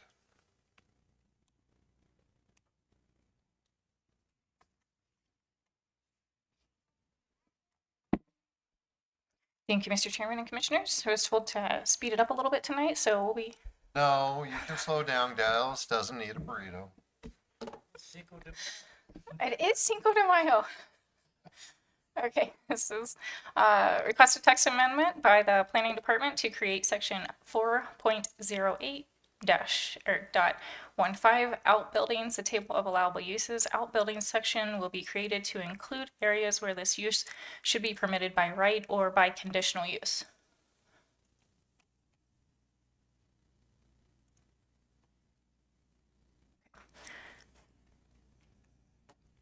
So the location of this is all of Natrona County. Zones affected are RAM, UA, MR1, MR2, RR, and SR. The minimum lot size requested is 5 acres. The existing land use is residential dwellings with no ability to build an outbuilding without building a residential dwelling. The adjacent land uses are various. So planning considerations, since the inception of the 2022 zoning resolution text amendment approved December 2nd, 2025, the planning department has been working to mitigate a difficult finding where property owners are unable to build a shop, barn, or otherwise enclosed structure without building a residential structure. As such, and after deep review of the current definitions per the 2022 zoning resolution, planning staff believe that we have found a solution for this issue, which has been detrimental to property owners in unincorporated Natrona County. The rationale for this is the planning department, along with the planning and zoning commission, suggests creating section 4.08.15 outbuildings. The term is defined as the storage of personal property within an enclosed structure for use by the property owner. This includes, but is not limited to, property such as recreational vehicles, all-terrain vehicles, boats, equipment, or livestock. The minimum lot size for outbuildings is 5 acres and cannot exceed 10% of lot coverage for the following zone districts: MR1, MR2, RR, and SR. So setbacks for outbuildings are a minimum of 50 feet on all sides. This would be a permitted use on a minimum of 5 acre lots in zones RAM and UA, not covering more than 10% of the lot.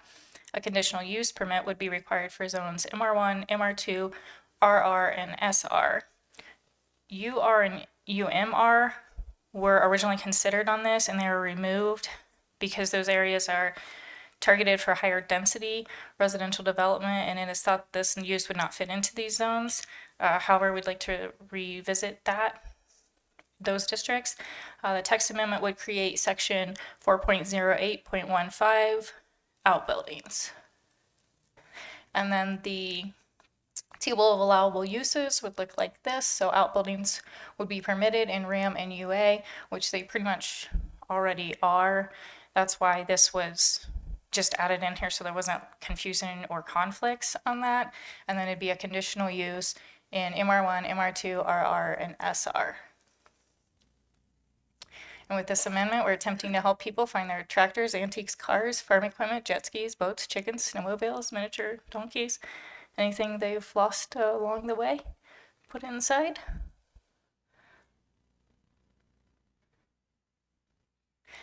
And then some notes from since planning and zoning. It's come to our attention that UR and UMR could be included in this as the minimum lot size that was forwarded to you all from planning and zoning is 5-acre lots. And after some research, there's approximately 40 parcels in the UR and UMR combined that are over 5 acres, and approximately 25 of those do not have residences on them. So there'd be about 25 properties affected in that area. And then the 50-foot setback might be a little too restrictive. And that's all I got. Mr. Chairman. Okay, so Sabrina, you said there's approximately 40 parcels that are larger than 5 acres in UR and UMR. Is that right? Correct. Are any of those isolated where they can't get to them? That any other way that they can actually can't, that we've actually, because of our zoning restrictions, they've actually incorporated a burden on those property owners? Yes, there's at least one which helped to prompt all of this, which, we've discussed this before, but there's at least one property up on Poplar where when the owners originally purchased the property, they purchased 2 different lots. They were in the county. They had every intention of building their house. It takes a while to build a house. They had intention of building a shop afterwards.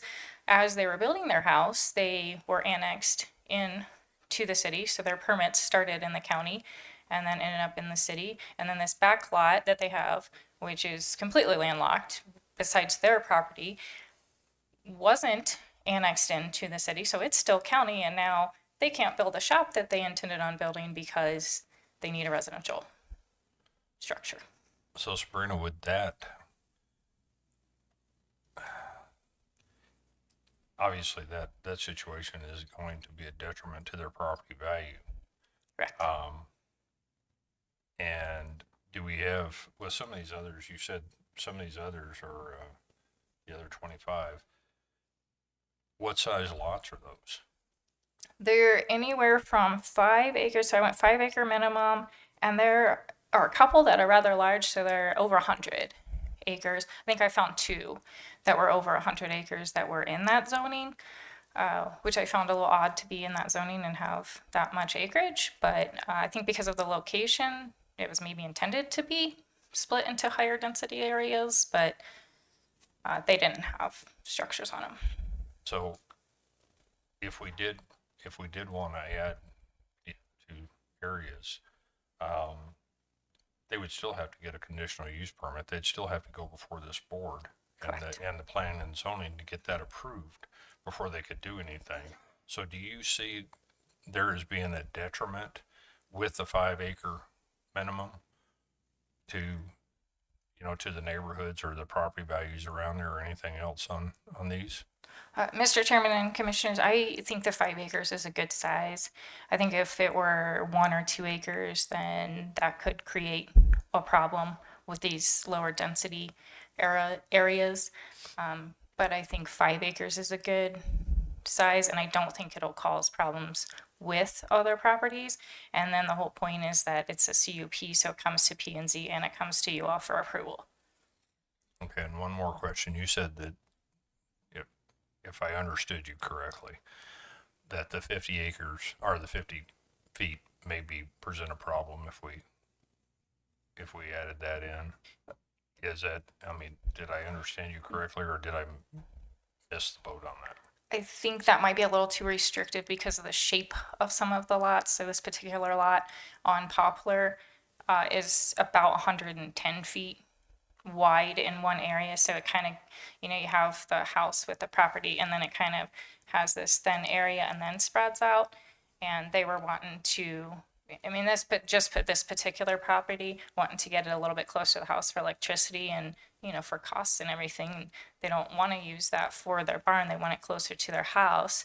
But there's other properties that are irregularly shaped where this could cause a problem.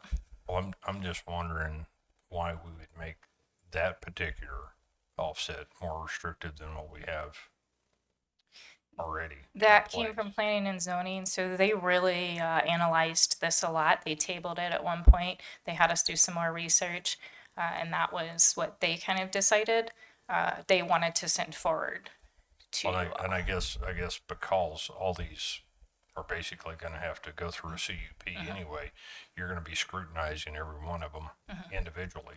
So I guess that's where I'm going with that, is that since these are going to be, this isn't a blanket permission, they've still got to go through the process, that we still have, we have a lot of control over how big, how close, and a lot of other things that we do as far as what it would do to the surrounding areas. So that's basically what I'm getting at and asking, so.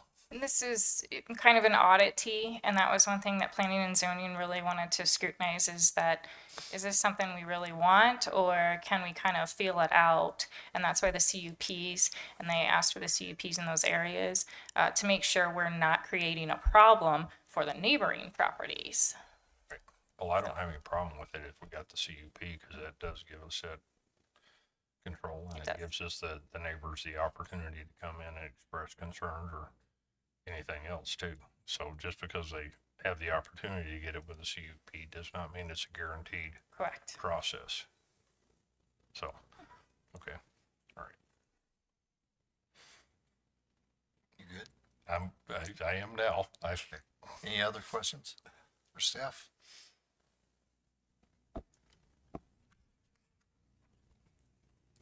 Alrighty then.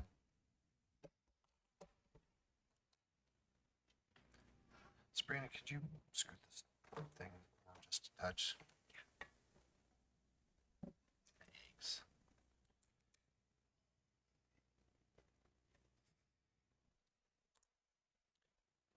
All right. At this time, I'd ask those individuals who wish to speak in favor of consideration TA 26-01 to approach the lectern.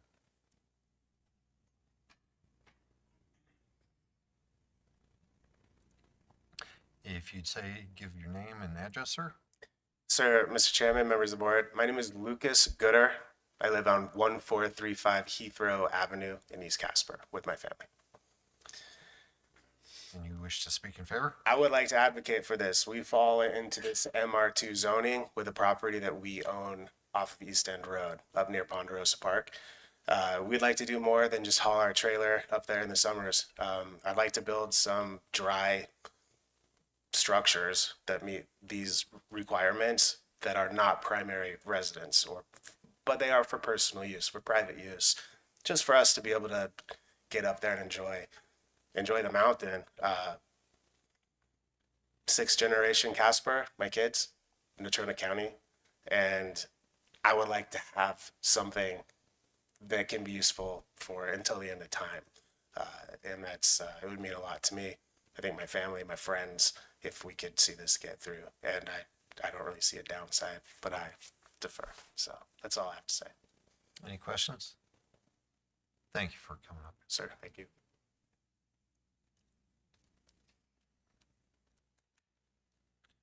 And at this time, I'd ask those individuals who wish to speak in favor of consideration TA 26-01 to approach the lectern.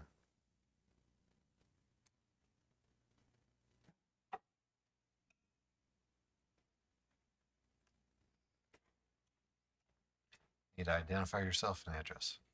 My name is Aiden Gooder. I am Lucas Gooder's son, and I live at 1435 Heathrow Avenue.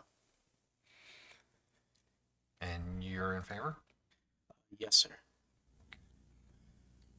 I would just like to say that my father has taken us up to the mountain numerous times throughout my life, and I truly do think it's a beautiful place. And to have a place up there that we could go to for private use just to enjoy the mountain would be awesome. And these places that we can create up there would outlive all of us and not only would be a gift to us, but future generations as well. Hold on. Any questions? I don't have a question, but thank you for coming and thank you for coming up and speaking. I understand it's a little nerve-wracking, so good job. Of course. Thank you, Chairman. At this time, I'd ask those individuals who wish to speak in favor of consideration TA 26-01 to approach the lectern, please. Oh, you just want complimented too, don't you? Say your name and address.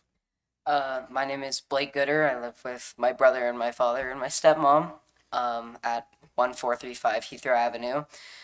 Growing up, my dad always took us to the mountain. We would go hiking and camping during the summers. It's just a very important place to us. And being able to go up there to have, like, I guess bonding time with the family and bring us closer together is just such an important thing. Because a good family is good for everybody, you know, good for the neighbors, good for the friends, good for the pets, right? 5 dogs. So, and not only for us, but also our kids and their kids and future generations, right? It's good to have a place that can bring us all together. Any questions? Okay, good job too. Thank you. Thank you, sir.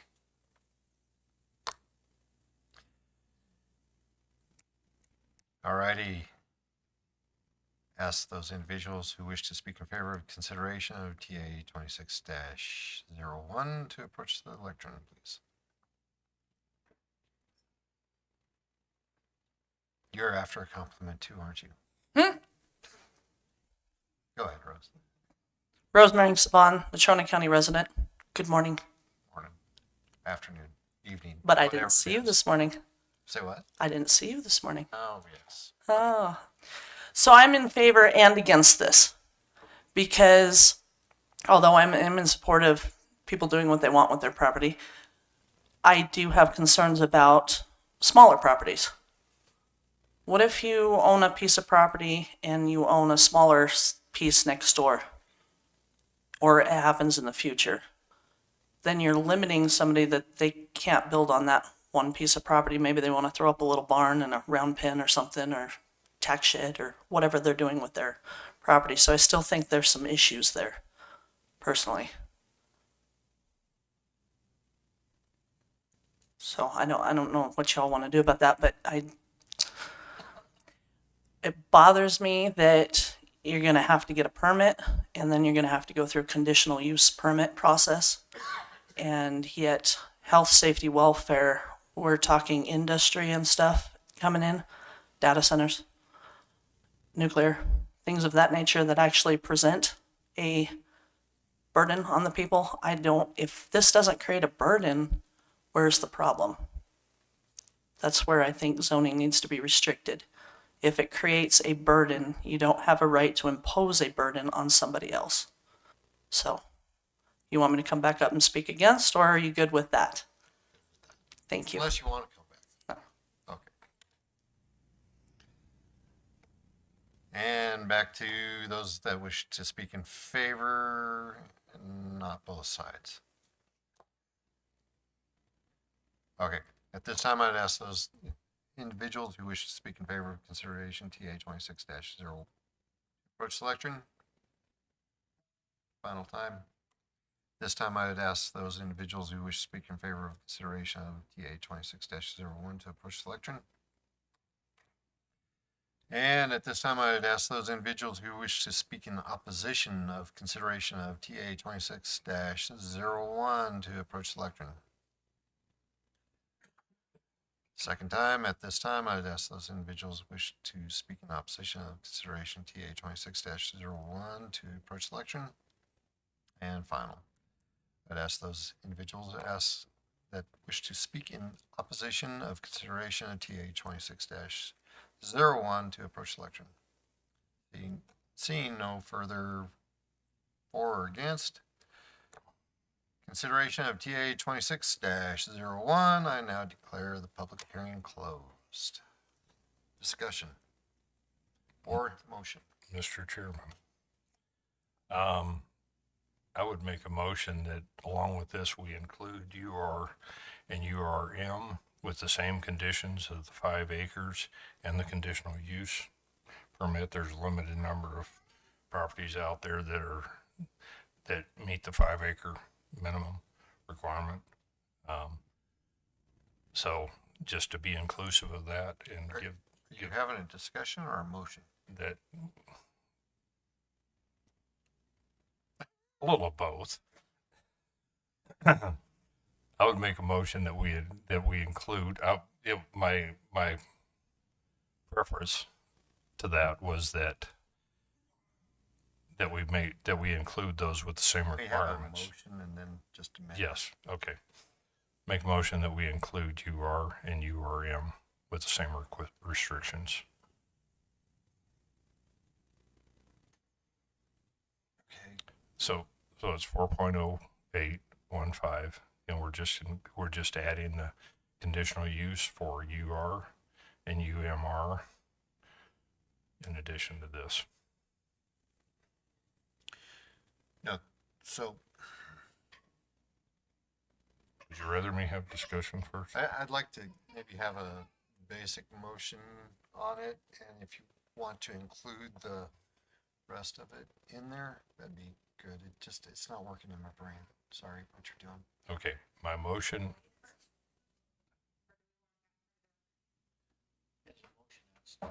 Yeah. So do I have a second? No second. Try it again. Okay, There, just modify the sample motion, maybe. huh?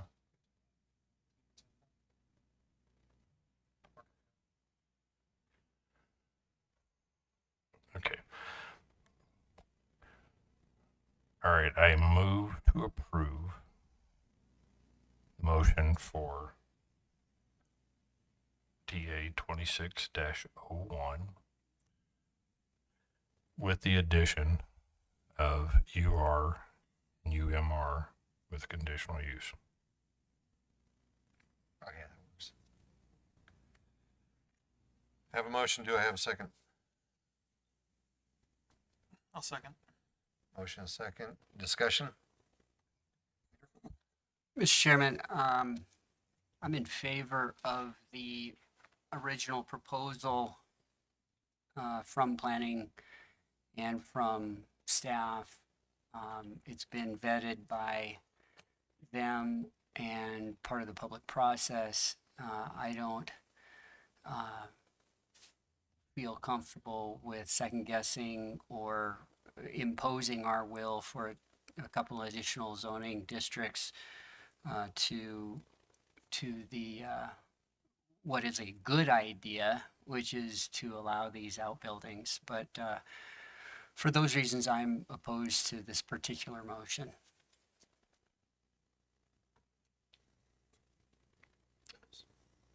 I'm for the original proposition. I'm not sure I understand Mr. North, what he wants to do, and I don't know what the position of Sabrina is or the planning commission.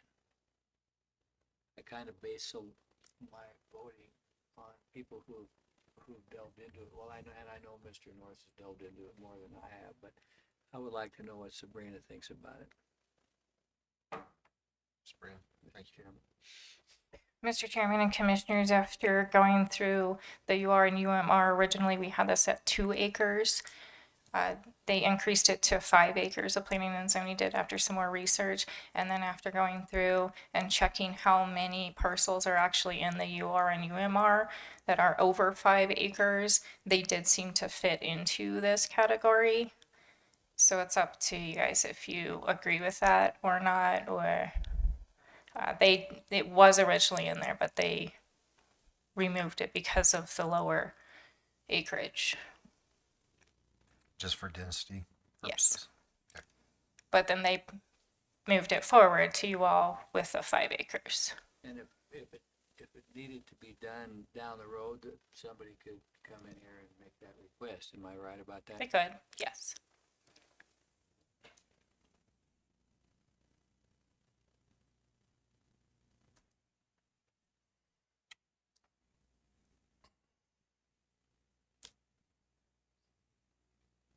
Sabrina?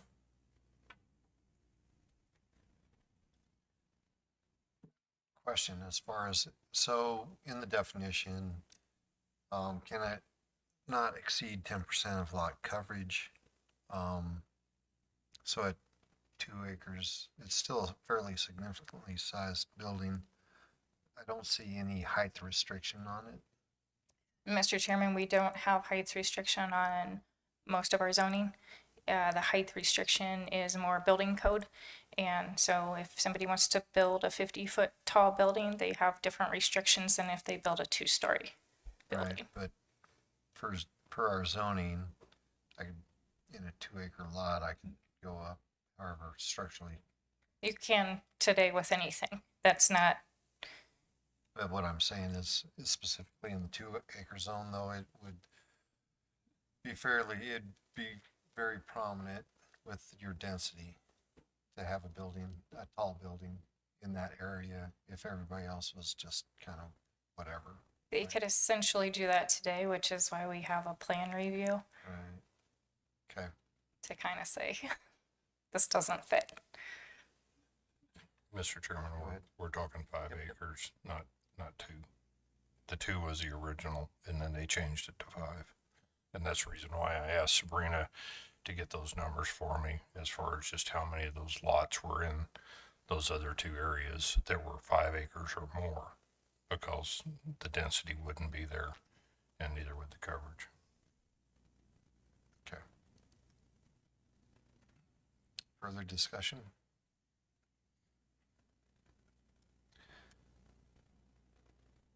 Well, we have a motion and we have a second. The motion is to accept. Where is it? Is to approve TA 26-01 with additional 2 zoning districts too, right? Mm-hmm. Of UR and UMR, correct? Yes. So, those in favor, say aye. Aye. Those not in favor? Oh, you're in favor? No, those not in favor. Are you thinking still? Yeah, I didn't vote. I'm confused by the whole thing, I have to admit. Okay. If it's a good thing for our people, I want to vote yes for it, and if it's gonna hurt somebody, I don't want to vote for it. Is this gonna hurt anybody if we pass this? So, And Mr. Nicolason makes a point, because here's what we were given by by our zoning commission. Mr. Sabrina, Chairman, if I you'd sit down. apologize, Commissioner Laird, but as a point of order, we're right in the middle of a We're in vote a on vote. discussion. Yeah. So I would call. I'll the vote question. yes. So, aye. Those against, opposed? Nay. Ayes have it for that, with the additional 2 zones. All right. So, moving on to public comment. Anybody who wishes to speak, please come forward.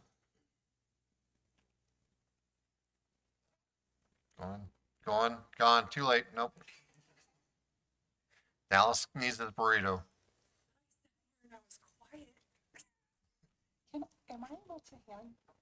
So you that or need to no? give her one, and you can give us one. If you need to, if you would please identify yourself and address, please. My name is Amity Holland. I live at 2848 South Poplar Street. I've been following this data center stuff for a little while. I don't know who's been in here to talk about it, but you've got smiles on your faces, so I'm sure I'm not the first one. I kind of typed up on the first of this page, I watched the Casper College Community Learning Series that they did online, and it was really good. But a couple of things were brought up, including by Trenton Thornock, who was the owner of Prometheus Hyperscale, who said that they like to put these in opportunity zones, and the only opportunity zones in Casper is inside the city of Casper. I don't know if that's accurate or not, but he said he doesn't think these facilities should be inside the city. And I'm sorry, I said outside, it should be, he doesn't think they should be inside the city. So on the other side, I just typed up a couple of things that I was wondering if the county commissioners could consider, and that is creating a separate business classification for data centers, not allowing them within the city limits. I personally don't like them, but if we want to bring them here, it would be nice if we could create separate opportunity zones for them on county land at least 5 miles outside of the city limits, but preferably not on the mountain side of town where it's beautiful. If the county could look at water usage per megawatt of production for the cooling, power generation, and carbon capture and see what is feasible without straining our water resources and putting us all on water restrictions. If this is something we want to go ahead with, I would like to meet somewhere in the middle. It seems like what's happening now is somebody allows these, and according to the learning seminar, 12 states have already put a moratorium on building these. And so I think the more these guys get squeezed out of states, if we allow them, they're going to start wanting to flock here. And that puts a big strain on our resources. So it would be great if we could look as a middle ground at potentially what the total gigawatts that we would want to allow in the county and maybe set a limit for that so that we don't become Cheyenne. I'm watching Microsoft right now. They started at 2.75 gigawatts and they're moving up to 10. According to the presentation, that's 12 Dave Johnson power plants just for Microsoft. And they've got multiple data centers that have been approved and trying to come in there. So it would be great if we could do a feasibility study on what we could actually support, water-wise, electric-wise, all that kind of stuff, and limit in perpetuity our gigawatts that are produced here. So for example, if somebody comes in that's building 0.5 gigawatt, like Prometheus is right now, and I realize they're going into Converse County, but according to an article in Oil City News on May 1st, it sounds like they're getting their water from us for the carbon capture at 200 to 500 gallons per minute. And that sounds like a lot to me when we're in a drought. But if they do build, it would be nice if somebody else comes in to build, that we go to Prometheus first and say, do you want to reserve some additional gigawatt production here and count that towards like a total number of gigawatts that we allow for the county, have them pay for it. And if they don't do it within 2 years, we take the money and then we maybe allow somebody else to come in. I don't understand the county's groundwater use or underground water use. But if some of these guys are pulling from aquifers, I do think we should be metering that and charging them for that. This is Natrona County water. And then taking that money and putting it in a separate fund for potentially people that live outside of the city. They're all on wells. So if their water gets diminished, their property values are gone. I've always lived inside the city, but we have a lot of friends that live outside of the city. And so if we created a fund for that by charging for any underground water, we could potentially pipe water if we needed to for those residents. The other thing that's come up, which is not happening with Prometheus, is these small nuclear reactors that they're trying to use for these data centers. And like Prometheus is trying to use Oklo. These are currently being tested and they're unproven. And so it's a little scary to me as a citizen to have unproven nuclear power generators just sitting close to the city. So it would be nice if we would require companies to use nuclear generators that they've used elsewhere for several years before they can bring them in here. Because I just don't want to be a guinea pig for these companies that are trying to come up with whatever they can to power these data centers. So I'm sorry, I've probably gone over my 3 minutes. That's why I typed all this up, because I'm crazy. I guess, yeah, I'm over. I'm sorry. Any I haven't questions? done this before. It kind of freaks me out. No. Questions? Just a comment, I really appreciate what you put forward here. This was thoughtful and I really appreciate the suggestions. Thank you, sir. I'll look at all of these and, Sabrina, we should probably sit down and talk about data centers and where they fit in the county, so I'll be getting hold of you. And there is some water usage quotes like on the back of this, but I just feel like we might start seeing more of these with Prometheus coming in, and we probably want to have a thoughtful discussion and potentially some zoning changes based on people wanting to show up. Any other questions? Mr. Thank you Chairman. very much. Oh, no, I was just gonna say thanks for, repeat what Commissioner Coach said. We do appreciate you coming in. This is something that's new to this board because we haven't had any of this up here before. Sure. There's some of those things that we don't have any control over. Groundwater is one of them. That's a state engineer's office.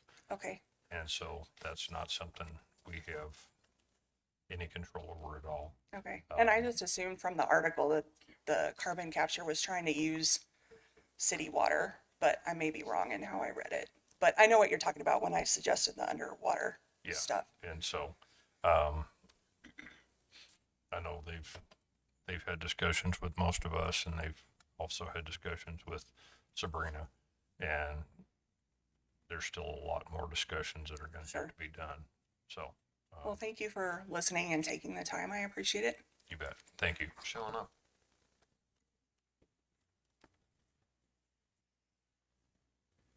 And there will be a major battle over it, believe me.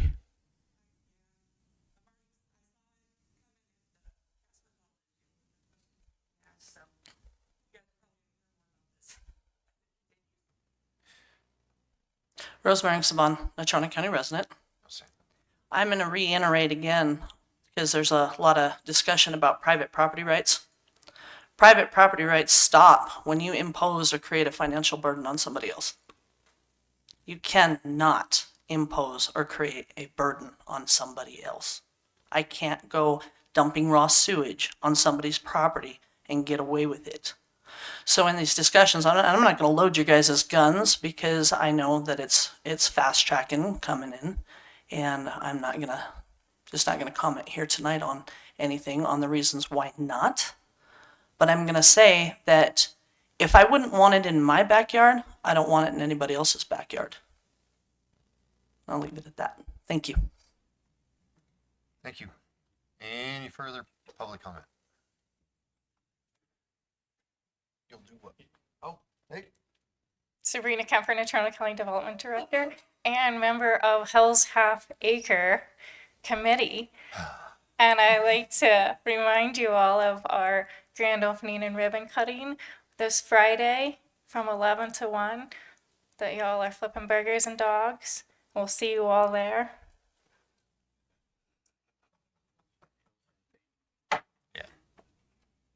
Burgers and dogs. Peter Nicolais, and Natrona County resident. Commissioners, as you know, with respect to the data center, their plan, as it's currently known, has shifted significantly to a point where now it's across the fence from my family's ranch in Commerce County, Wyoming, which is right on, that part of the ranch is right on the Natrona Commerce County line, what they call Big Buddy Creek. So I'll be abstaining from any vote and recusing myself from any decisions with regard to this Prometheus matter.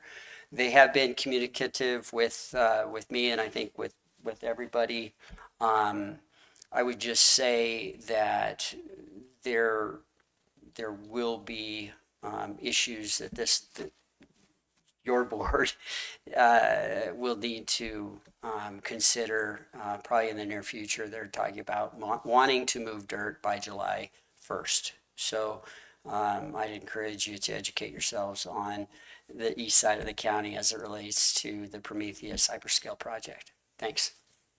Sir, I really thank you for coming here this evening and enlightening us. We really appreciate it when the citizenry shows up. Thank you Well, very much. it's a pleasure to be before you, Mr. Chairman and Commissioner Lee.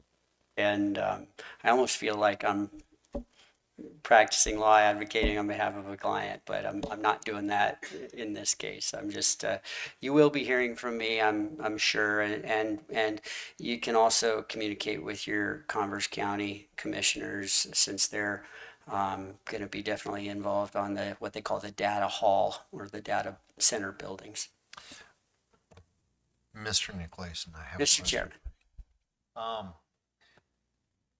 So basically what I'm kind of curious about, and this is kind of tongue in cheek and whatnot, and just kind of giving somebody else problems, is if we drag this question and answer session out with you, how long do you think it'll take us back and forth before he gets upset about missing his burrito? Cinco de Mayo. Well, Mr. Chairman, the bad news for Commissioner Laird is that I also have comments from the commissioner's side of the table, so This is horrible. it could go all night. Outstanding. I actually think you're both out of order.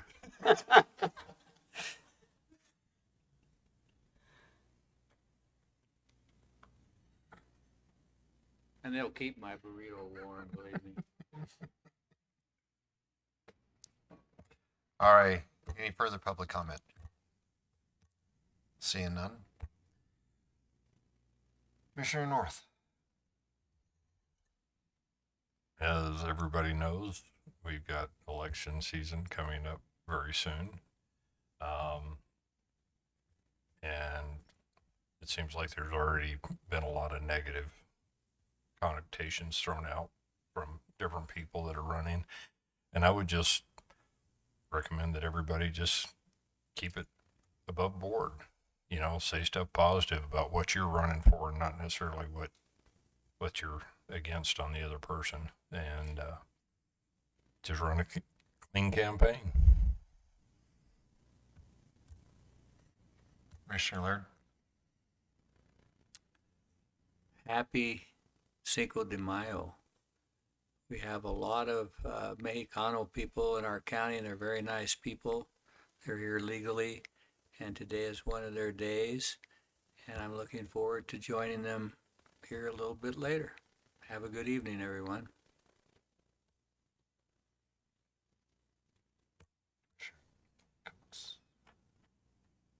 Holy I'm gonna- cow, man. I'm gonna- That's a book. Yeah, I'm going to channel Dallas here for a quick minute. So, pardon me, I wrote this here fairly quickly, but so the role of a county commissioner is a complex one that is to say rewarding and troubling at the same time. On occasion, issues will come before us that are inappropriate to address along ideological lines. In these circumstances, we're often asked to weigh the options, and our constituents aid us in that approach. At times we get it right, and at times we get it wrong. In recent times, we've been asked to consider a myriad of healthcare related matters. Time will tell if I, as a commissioner, will regret any of the decisions I made. Nonetheless, in light of recent events, I challenge the leadership in our local healthcare system to answer the call for service, to treat employees with professionalism and respect, and to value the people of Natrona County.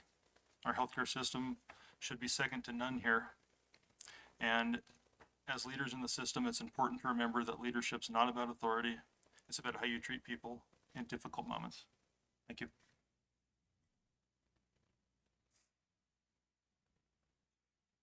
Peter Nicholson. Thank you, Mr. Chairman. Mr. Chairman, first, we have a number of interviews coming up for various boards. It's been a privilege to consider some of the applicants for these boards. We've seen many, many really capable people wanting to get back to their community. so I take pride in the people we've appointed, and I look forward to our next round of appointments. We do still have no applicants for the Historic Preservation Commission, and we don't have any applicants for the Citizens Transportation Advisory Commission. So hopefully we'll receive some applicants for those two boards. The second thing is registration for voting. The deadline is May 13th. So I encourage everybody of all eligible voters to go register, because if there's one thing we hear a lot of, it's we don't like who somebody elected. And then the question is, well, did you vote? And too frequently, especially with regard to younger people, the answer is no. It's critical for our country to continue to be the best country ever created. So that May 13th deadline is important. The final thing I wanted to say is a Powell City Council member named Troy Bray talked about wanting to hang bad judges. And I guess it was a Facebook comment, but to me that's no excuse. The Powell City Council today condemned it on a vote of, I believe, 6-1. Mr. Bray was the one member voting against the condemnation. So at least Powell City Council did the right thing. I think anytime that a public official supports the threat or calls for political violence, we're doing a disservice to our country and to the next generation, our kids. And we need to be good role models at all times, and words do matter, and we need to respect all branches of government. And you know, I've done things that people have not liked, but you know, for anybody, especially a public official, to stand up and or to Facebook comment and say we should hang bad judges is just more than inappropriate. It's almost a violation of one's one's duties as a public servant. So I personally condemn any public official that uses those kinds of threats of violence or suggestions of violence against any elected official or member of the judiciary. Thanks.